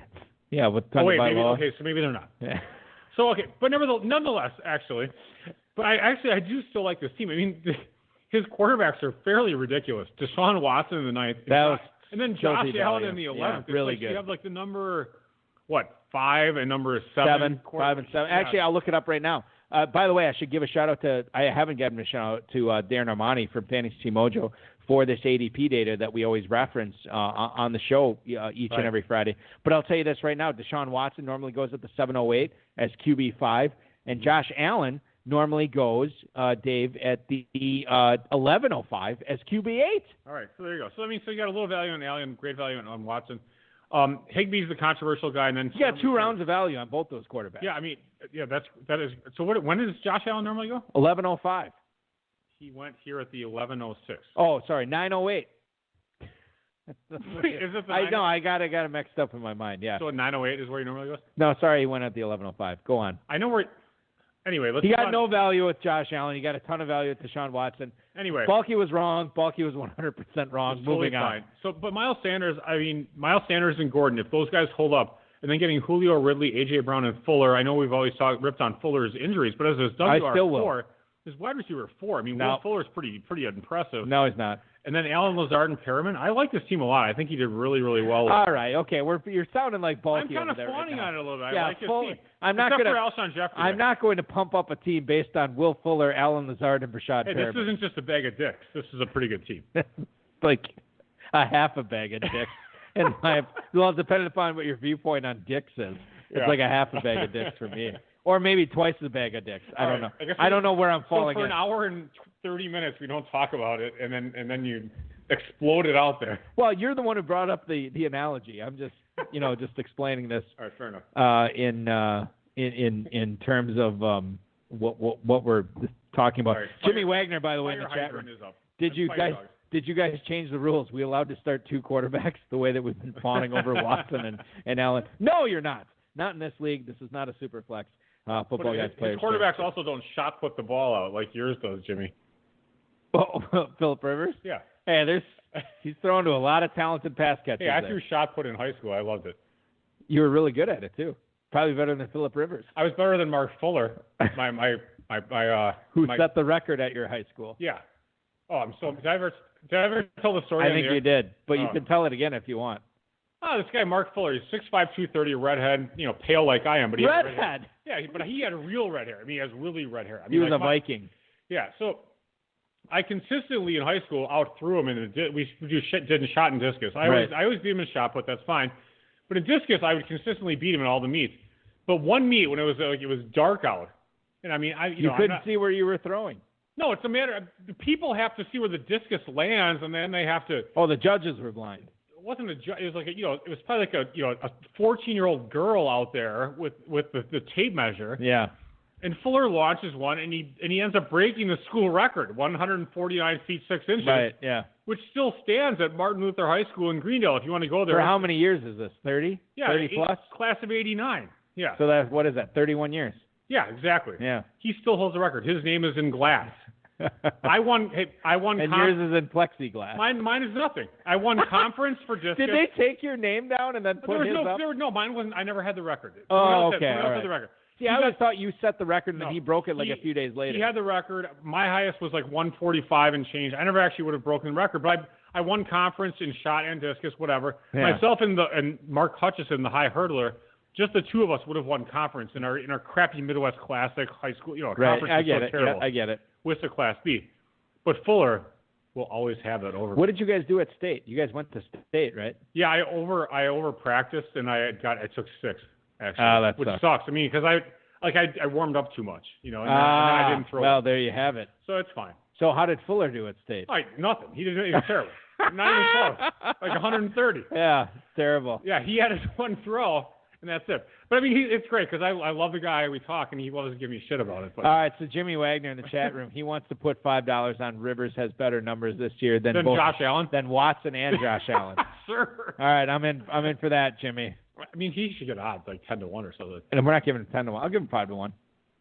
So he's agreeing to it straight up. So I feel like we can go 5 to 1 on this. All right, we'll give you a 5 to 1. We'll take Watson and Allen. Yeah. And he takes Rivers. I got 5 on it. Whatever. By the way, the whole Mark Fuller thing is partially why I don't like Will Fuller that much. To be honest. Oh, because of Mark Fuller? Yes, Fuller. Yeah. I don't like Fuller. Here's what's funny. Mark Fuller has already accomplished more than Will Fuller ever will in life. Well, Mark Fuller stayed healthy through his entire senior season. The best ability, Dave, as an athlete. Availability. That's so true. And that's what Mark Fuller was. And he's a great guy. I love him actually. It's a fun guy to play poker with. Oh, he's hilarious. And he loves his scotch. He sure does. Moving on. Dean Sykes. It's Jim Corcoran here in the 7th spot tonight. The quarterbacks are Carson Wentz and Kirk Cousins. The running backs, Josh Jacobs, Jonathan Taylor, Raheem Mostert, Alexander Mattison, Joshua Kelly, and Lynn Bowden. Receivers, Michael Thomas, Cortland Sutton, Jamison Crowder, Henry Ruggs, N'Keal Harry, Robbie Anderson, and Kenny Stills. Tight ends, Zach Ertz, Hunter Henry, and Dawson Knox. Dave, I love the tight ends, but by the way, I should mention, did he draft a kicker? Yeah, he did in the last round. Younghwa Koo was his kicker, and then was that the Chargers or the L.A. Clippers? It was the defense here. Chargers. Hey, you know what? I love the tight ends, but the expense that it was spent on at running back and receiver, I'm not sure I can get on board with, because those positions to me are not as deep as I think they need to be. Yeah, you know what? I think you're correct. But, I mean, this team actually I thought turned out fine. Because all the players he picked at every position I thought were kind of like, for lack of a better word, proper. I mean, I feel like Jacobs was a really good value in the 2nd. Jonathan Taylor, a really good value in the 4th. Yeah, that's Mostert, true. a really good value in the 6th. It's kind of weird. Like those running backs are like the value's kind of. He does have pretty good running, I should say they have really good running backs, but the top 3 for sure. Absolutely, and then Wentz in the 10th. It was another solid value. Ruggs, N'Keal Harry. So then you have Michael. So back to the receivers: Michael Thomas, Cortland Sutton, Jamison Crowder. So it's a little bit on the weakish tip for receiver, but still good enough. I think I'm reevaluating my standpoint here. Yeah, but then you have Ertz, and then you have Henry, and then you have Knox, which is one of our favorite receivers. Yeah, we love Knox. Actually, I really love this team. I think it's really solid. All right, I don't love it, but I all of a sudden I am liking it quite a bit, and I think this is a contender. Yeah, you pointed it out. Good job. Good job, Dean Sykes. Good job, Jim Corcoran here at the 7th spot. Moving on to the problem I'm having with analyzing these teams, and I'll give you my strategy with this, is usually I dog the pros because what do I give a crap about the pros? Well, they normally suck. Right. And then outside of like Nelson Sousa, Shane Hallam. Right. You say how the Joes are good. Yeah. These are all Joes, so it's kind of tough because they're all pretty good. They're all good. Yeah. Everybody's we should call this the cannibal draft because everybody's cannibalizing each other. Yeah, they're all good drafters. All right, moving on to Ray Chung here in the 8th spot tonight. Tom Brady and Baker Mayfield are his quarterbacks. His running backs tonight: Nick Chubb, James Conner, Devin Singletary, Antonio Gibson, Boston Scott, Chase Edmonds, and Rashad Penny. Receivers are Adam Thielen, Jarvis Landry, Christian Kirk, Jalen Reagor, Sammy Watkins, Antonio Brown, Steven Sims. Tight ends are Travis Kelsey and Evan Ingram. Dave, as you look at this team, I think that there's some potential lottery tickets at running back. But that could pay off. But that could pay off. But still a deep squad, even without him. And then you look at the receivers, and there's a lot of pass catchers on this squad with, obviously the receivers, but like a lot of high volume pass catchers like Thielen, Landry, so on and so forth. And it wasn't at the expense of tight ends. Kelsey and Ingram, good team. Nice job. Good on you, Ray. I like your team. Yeah, I think he did really well actually. It gives, he has a lot of like pivot points actually, right? Where if Gibson's good, he's in really good shape. Right. Jarvis Landry coming off an injury, that's an important player for him. Boston Scott, I mean, he's going to get some production, and even Chase Edmonds. I mean, I've heard people say that Chase Edmonds is the key to the 2020 fantasy season. I don't know if I buy that, but I don't either. And then, actually, I know I don't buy that. Antonio Brown's a big deal, and then Sammy Watt, is he going to be the number 2 or number 3? I'm voting for number 2. Does it matter in the 14th round? It doesn't. It's funny. This is the deal about Sammy Watkins. He goes in the 14th round when 4 other Kansas City Chiefs went in the top 14 picks. Top 14, yep. What is the value? It's Sammy Watkins. It's Sammy Watkins, for sure. Absolutely. Who's the next best guy there? I guess Hardman, right? Well, Hardman, and he went earlier. He went in the and then DeAndre Washington. DeAndre Washington. Yeah. He went. I don't know where he went, but he's getting. People are spending some money on him. 10th round, 10:03. What do you mean spending some money? Yeah, it's Fab open. Spending some draft capital. Draft capital. Got it. Okay. Sorry. Cue the Denzel Washington meme right now. I just got a little excited there. I didn't know what was going on. All right, so moving on here to the Truth Warrior. That is Hudson Kern-Reeve at the 9th spot. Kyler Murray and Joe Burrow will be his signal callers on this team. Some youth there. The 2 Utes at quarterback, as the kids say, Dave.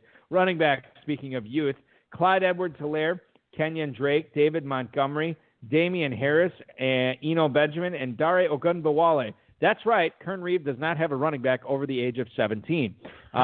Receivers on this team here: Mike Evans, DJ Moore, Jerry Judy, and Deebo Samuel, Brandon Ayuk. God, I'm going to screw that up. T. Higgins, Larry Fitzgerald, Rob Gronkowski, Austin Hooper, Devin Asiasi at tight end. Kicker is Harrison Butker, and the defense is the San Francisco 49ers.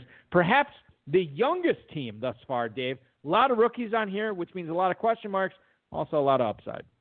Yeah, the only thing that's not young is his tight ends, Gronkowski and Hooper. Those guys, it's like he went. Even Hooper's not that old. He's not. What is he, like 25, 26? I've For a tight end? I don't think that's that's 27, old. but that's I'm going to look it up. Go ahead and talk. Yeah, overall, I like the construction of his team if Edwards-Hilaire pays off. Montgomery, I thought, was a fine pick in that 5th round range there. I thought Damian Harris in the 10th round worked out really well for him because of the uncertainty of Sony Michel. He will need to get something, though. I mean, his receivers, he's going to need something out of either Jerry Jeudy, who I like quite a bit. He's pretty top-heavy there with Evans and Moore. Yeah, and either Deebo Samuel, Ayuk, T. Higgins. And then, Fitz might be good for 60 catches and 700 yards and like 6 touchdowns. Got to know when to start him. Yeah, so that's a little tough. So receiver, I think, is the question mark for me for this team. Otherwise, it's not bad. David, 2 days before Halloween this year, Austin Hooper will turn the ripe old age of 26. Really? He's a lot younger. He's 25 currently. Younger than I thought. Younger, yeah. But I think given that he is a white tight end from Stanford, we all just assumed he was 36, 37 years old. Yeah, exactly. I thought maybe he went on a Mormon mission even though he didn't go to BYU. It's they should make a movie out of that, how you can go to Stanford as a football player at age 18 and come out somehow 29 years old and entering your NFL career. It's bizarre. I don't explain it. Hopefully Hollywood can. Moving on to Team 10 tonight. That is Frank Imbornoni drafting here in the 10th spot. He waits on quarterback. He gets Daniel Jones and Jared Goff. His name's Goff. Back in the day, they called it golf. I don't know if you know this, Dave. Goff without the L. Yeah, exactly. So it's Jones and Goff at quarterback. Running backs are David Johnson, Ronald Jones, James White, Keshawn Vaughn, DeAndre Washington, Devontae Freeman. Receivers, Devontae Adams, Kenny Golladay, Sterling Shepard, Michael Pittman, John Ross, and James Washington. Tight ends are George Kittle, Hayden Hurst, Jack Doyle, and Gerald Everett. Kickers are Jake Elliott, and who is that, the Buffalo defense? Who cares? I mean, Tennessee defense, excuse me. Right. Got to get my eyes checked. Dave, it's awesome to be awesome at tight end, which is what Imbornoni here is. That is true. It came at the expense of some running backs and some receivers. Very top-heavy at wideout. Not the deepest in the world at running back, although I think his top 3 are going to be okay. I don't know, man. I don't think I would have gone as crazy on tight ends as Imbornoni did, but he might have the best stable in the league. Yeah, I mean, drafting 4 in a 20-man draft is a little excessive. That's fine. I get it. But they're all good. They're all guys I like. Yeah, I mean, Hurst, Doyle, that's the thing is you have to kind of discount not discount the tight end. You have to discount the receivers a little bit because of the fact that he grabbed so many good tight ends. I thought he did well at running back. David Johnson, Rojo. And then he actually still got Keyshawn Vaughn when I almost didn't feel like he needed to after the coach went crazy. Locking up the Buccaneers. Yeah, James White was solid. And then I really think the DeAndre Washington and Devonta Freeman picks are solid. Devonta Freeman's going to sign somewhere. There's an obvious opening on Washington. I mean, there's probably a 25-30% chance. So getting him in the 13th round is pretty solid. But you're not going to be – the fact of the matter is Adams and Golladay are going to be your top 2 receivers. In the flux, you're going to be starting tight end and running back all year. So you have to make sure you get that down. But he might just do that. He might have a shot. I don't mind this team, actually. It's just it's a weird team to evaluate because it's just weird looking. One of the things that he does have the advantage of, oftentimes when we say, oh, he drafted 3 tight ends, how do you know who to start? Well, with 4 tight ends, it's harder to get that decision wrong. You know what I mean? Like you can start 2 or even 3 tight ends, and oftentimes, I mean, especially when you look at his number 3 receiver being Sterling Shepard, there's a lot more upside with those tight ends in certain situations. So I think Imbornoni, being the experienced player that he is going to be able to exploit those matchups maybe better than the average Football Guys Players Championship drafter. Well, moving on to Team 11 tonight, Dave. That is Dave Abadizian and Jeff Hirschhorn, the beef of Cucamonga here, drafting from the 11th spot. Patrick Mahomes and Drew Brees are the quarterbacks. The running backs, Chris Carson, Le'Veon Bell, Deandre Swift. Carry on, my wayward son Johnson. Do you know who sang that, Dave? Carry on. Kansas. That is correct. Carry on Johnson, followed by Justin Jackson, Chris Thompson, LaMichael Perrine. After that, so a very deep running back core. Receivers are Tyreek Hill, Keenan Allen, Darius Slayton, Preston Williams, Hunter Renfrow, Laviska Shenault. Tight ends are Noah Fant, Eric Ebron. I don't know why I call him Ebron. Eric Ebron. You start doing that. Yeah, Eric Ebron. I'm going to get guys like Fantasy NASDAQ calling me out for pronunciations on Twitter again. I prefer the fantasy Dow Jones. Will Dissly, I got to see if that even exists. Will Dissly is the third tight end. Matt Prater, and then you have at defense the Minnesota Football Vikings. I am not a fan of the receiver depth, not a fan of the tight ends here, Dave. So it's kind of on the running backs to carry this team, in my opinion. Jeez, Bucky's not a fan. Yeah, it's not a great. I shouldn't say it's not great. It's not a team I would draft. Yeah, it's because Mahomes went earliest, so I get it. Carson Bell, Swift, Johnson, Jackson, Chris Thompson. No problems with the running backs. Swift and Johnson locking up that Lions backfield. Yeah, so I mean, if Slayton and Preston Williams pan out for him, I don't dislike Fant and Ebron as much. I think what you're kind of saying is Fant and Ebron are kind of a little bit of question marks. And I don't like any of the Giants receivers as the number 3 wideout. Yeah, and that's a little bit of a concern. And then Renfrow, there's that concern of is he even going to get the play time? WTF. Yeah. So I hear what you're saying. I love the Preston Williams pick. Might like it a little more than you do, but I get it. All right. He's got the hookups. He does have the hookups, for sure. Does Avedissian and Hirschhorn here. All right, final team we're going to evaluate tonight. It's Liz Ballard's Demon Seaman. Hopefully that's the last time I utter this sentence on this podcast. Moving on to the quarterback. It's Matthew Stafford. Are you doing any podcasts for Vivid Video anytime soon? Not that I'm. Even Vivid Video, I don't think has Demon Seaman as any of their. Demon Seaman 9. Yeah. Oh God, can you imagine? It'd be terrible. All right, Matthew Stafford at quarterback. The running backs: Derrick Henry, Joe Mixon, J.K. Dobbins, Cam Akers, Tony Pollard, Darrington Evans, and Jerick McKinnon. Is that Bryce Love in the final round, David, that I'm looking at? Si, senor. Okay. Moving on, the receivers: Amari Cooper, Odell Beckham, Brandon Cooks, Justin Jefferson, John Brown, Paris Campbell, D.D. Westbrook. Tight ends are going to be Mike Gesicki, Jonnu Smith. Kicker is Kaimi Fairbairn. And the tight end, defense, is that Denver? Chai? Good job. Chai latte. I need my eyes checked. This is terrible. The Bears defense. All right, so I look at this team, Dave. I would have added a third tight end to pair with Gesicki and Jonnu Smith. I'm not sure if that's enough at the position. The running back depth is among the best in the league, clearly, and there is a boatload of upside with these young players on this squad. I can get on board with Justin Jefferson as my 4, John Brown as my 5, and to get in Campbell and Westbrook, certainly there's some upside there with those guys.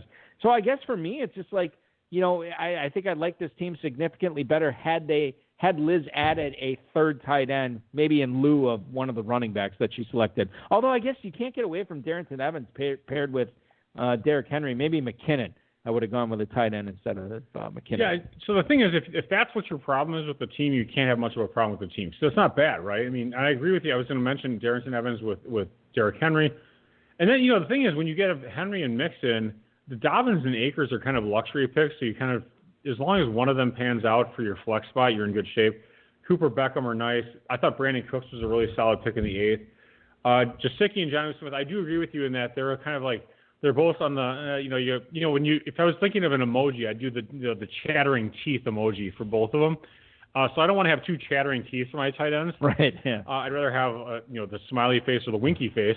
But nevertheless, winky face is a better number 2 tight end. Yeah, right? exactly. Yeah. Okay. But Bryce Love in the 20th, that's worth a shot. And then some of these late receivers are solid. So I actually like that she already took Stafford, and she's like, screw it. I'll just grab some, shitbaggers that I have them off the waiver wire if I need someone. Yeah, I just got 3 texts from my mom asking me if she can come over and swim tomorrow. Do you have a pool? Yeah, but I didn't realize. Wait, hang on. You have a pool? Yes, I told you this, didn't I? I thought I told you this. An in-ground? No, it's an above ground. I'm not a billionaire. How do you swim in what is it, like 20 feet? I don't know what the diameter is. Was it a round one? Yeah. I've been in there. Look, we don't want to talk about above ground pools on the air. This is embarrassing. I have an above ground pool. pool. And well, it's fine. Here's the thing. My wife bought it and didn't tell me. I came home one day and we had an above ground pool in our backyard. I didn't even realize. We talked about a pool in our backyard, and then we realized our kids are in high school, like late. Yeah, high it's school. not. I mean, my and kids then are too many leaves would fall into. Okay, well, we have a cover for ours, and my kids are 6 and 5. Yeah. And I told my wife, I'm not handling anything regarding this is all you, because since you didn't consult me about it. You know what's funny is I told you about the burning. How she burned she burned her abdomen on some boiling water. Did I tell you this? Yes, you did. Yeah, and so she couldn't put we have a patio set in the backyard. She couldn't put the covers on the other night, and she's like, "Oh yeah, can you do that?" And I didn't want a patio set either. We had a perfectly good patio set. She had to get rid of that and buy a new one. You actually cover it, for the rain? Yeah, and I told her, I'm like, I got a lot of work to do tonight. If I get a chance, I'll cover it up. And then it rained and you didn't? No, around midnight I got done working, and I'm like, I should probably go cover that up. So I did. And I almost woke her up to say, this is the last time I ever cover that patio furniture up again. I did do it. I agree with you. By the way, in-ground pools, with people drowning in paralysis, they say they're more dangerous than having a gun in your house. Really? Oh, my God! I'm totally not kidding. And by the way, the study wasn't done by. Wait, that's in-ground or just pools in general? They say pools, but I think they're referring to in-ground. So I'm trying to make you feel a little better. Okay. I think you're above ground. It's harder for my kids to fall into it. Yeah, that's exactly. I think you're above ground, you're okay. Yeah. But I think in-ground pools, people jump off the diving board and they paralyze themselves, and then otherwise they get hurt. But in-ground pools are dangerous in that more so than guns, and it's not even an NRA study. It's not like it was done by them. It was done by someone from Cornell. You know what's funny is we have one of those big outdoor gigantic trampolines too. Oh yeah. And my wife stupidly put it right next to the pool, and she sends me this Facebook. She shares this Facebook post from somebody about these kids that were jumping off their huge trampoline into the pool. She's like, I will not show the kids this. I'm like, how about you just move the trampoline and we don't have to deal with this? It's ridiculous. That's hilarious. My wife is just, God bless her heart, but she is, as short-sighted as picking a, starting off your draft with 6 straight running backs and then ignoring the other positions. Tell her some advice I would give her. How about giving your kids some advanced math classes or something? Some sort of Oh, I'd love to do that. Math textbook. That would be tremendous. Instead of some sort of play thing. I get home from work and I'm like, did the kids do their reading and writing today? Oh my God, no! I had all this stuff going on. I'm like, no, you didn't have all this stuff going on. It's just. Now I'm getting aggravated. Now we should do the show because now I'm all fired up about it. Online learning. Yeah. Online learning tonight for anybody who's drafting in the Footballguys Players Championship. You got some good analysis from us. You got some great drafting done by the 12 teams in here who have too many Footballguys Players Championship League titles to their name tonight. I want to thank everybody for participating in the draft tonight, especially Jimmy Wagner, Dave Evedissian, Jeff Hirschhorn, Bipleb Mandel, Liz Ballard, and, of course, Ray Chung for all making the show tonight and giving us some insight into their draft strategy. I also want to thank the let's thank footballguys.com, the FFPC, Dave Gerzak, our producer, mutual friend Rob, our audio engineer, my best friend Bryce, and most of all of you listeners that are still staying tuned to the swimming pool soapbox discussion here tonight on the High Stakes Fantasy Football Hour. Next Friday, we will be live at 10/9 Central, ladies and gentlemen, with 2 guests. That's right, a pair of pros versus Joe's competitors. 2020 Joe, Scott Kobe, will be leading things off, followed by a pro, Michael Nazarek from Fantasy Football Masterminds. We'll have a dual guest next Friday, at 10/9 Central. Mike's always great. Yes, he is. Make your Planet Hollywood reservation. Sign up for the main event. And draft with all the satellites, the Dynasty, and the Footballguys Players Championship. This has been another episode of the High Stakes Fantasy Football Hour presented by MyFFPC.com that was broadcast live and heard around the world. Eric and Dave will be back next week with more analysis, interviews, and advice from a guest much smarter than they are. Thanks for listening, and we'll talk with you again next week.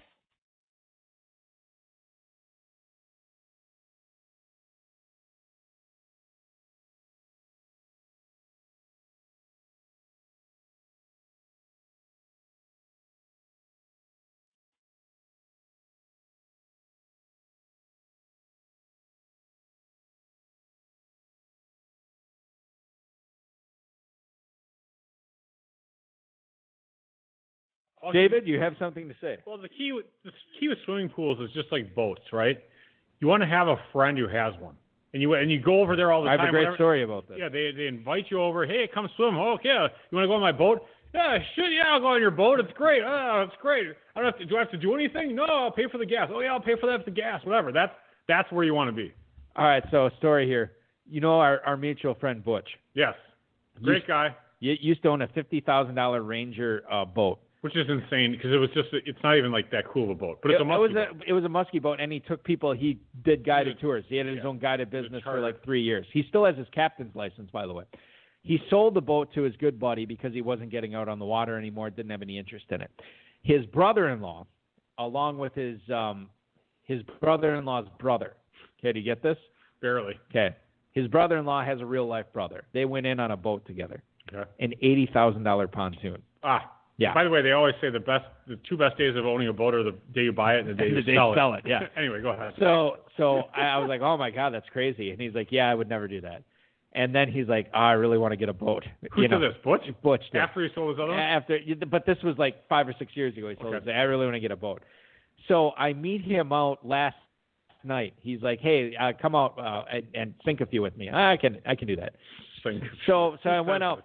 So I pull up in the parking lot of the bar. He's got a boat there? He's got a truck, his truck there, and hitched onto the truck is a boat. So I walk into the bar, and I say, is that a new purchase I'm looking at up there? He just starts laughing. And he got hooked up, and he got a cash deal from a buddy or whatever. And it's not near as nice as the night. In fact, he probably paid less than 10% of what he paid for the original one. Like $5-6 grand? Not even. But it's still all right. The whole impetus for him doing this is his son. We went up vacationing with them in northern Wisconsin a few weeks ago, right. And his son just wanted to fish. Right. And this is otherwise when he's back home, all he wants to do is play Fortnite. But if they had a boat like he told me that his wife caught his son on just sitting on the boat, just waiting to go out. So that's cool. That's nice. And so they went out fishing yesterday. And he caught a walleye, his son's first walleye ever. His son's like 10 years old, and 18 inches, really good size. And then he ate it. He cleaned it up, and his son ate it for lunch and dinner tonight and enjoyed it or whatever. Nice. Does his son know that you could buy a pound of walleye for like $9 at his son does not. Absolutely not. And Dave, it just like fantasy football. It always tastes better when you draft it yourself. That's going to do it for the show tonight, ladies and gentlemen. We'll talk to you at 10/9 Central on Friday. Thank God no Pros versus Joes this weekend. Sign up for the Football Guys Players Championship if you want to get your drafting fix in. I will be commissioning a ton of those this weekend. Thank you so much for listening. We can't thank you enough. Have a great weekend, everybody.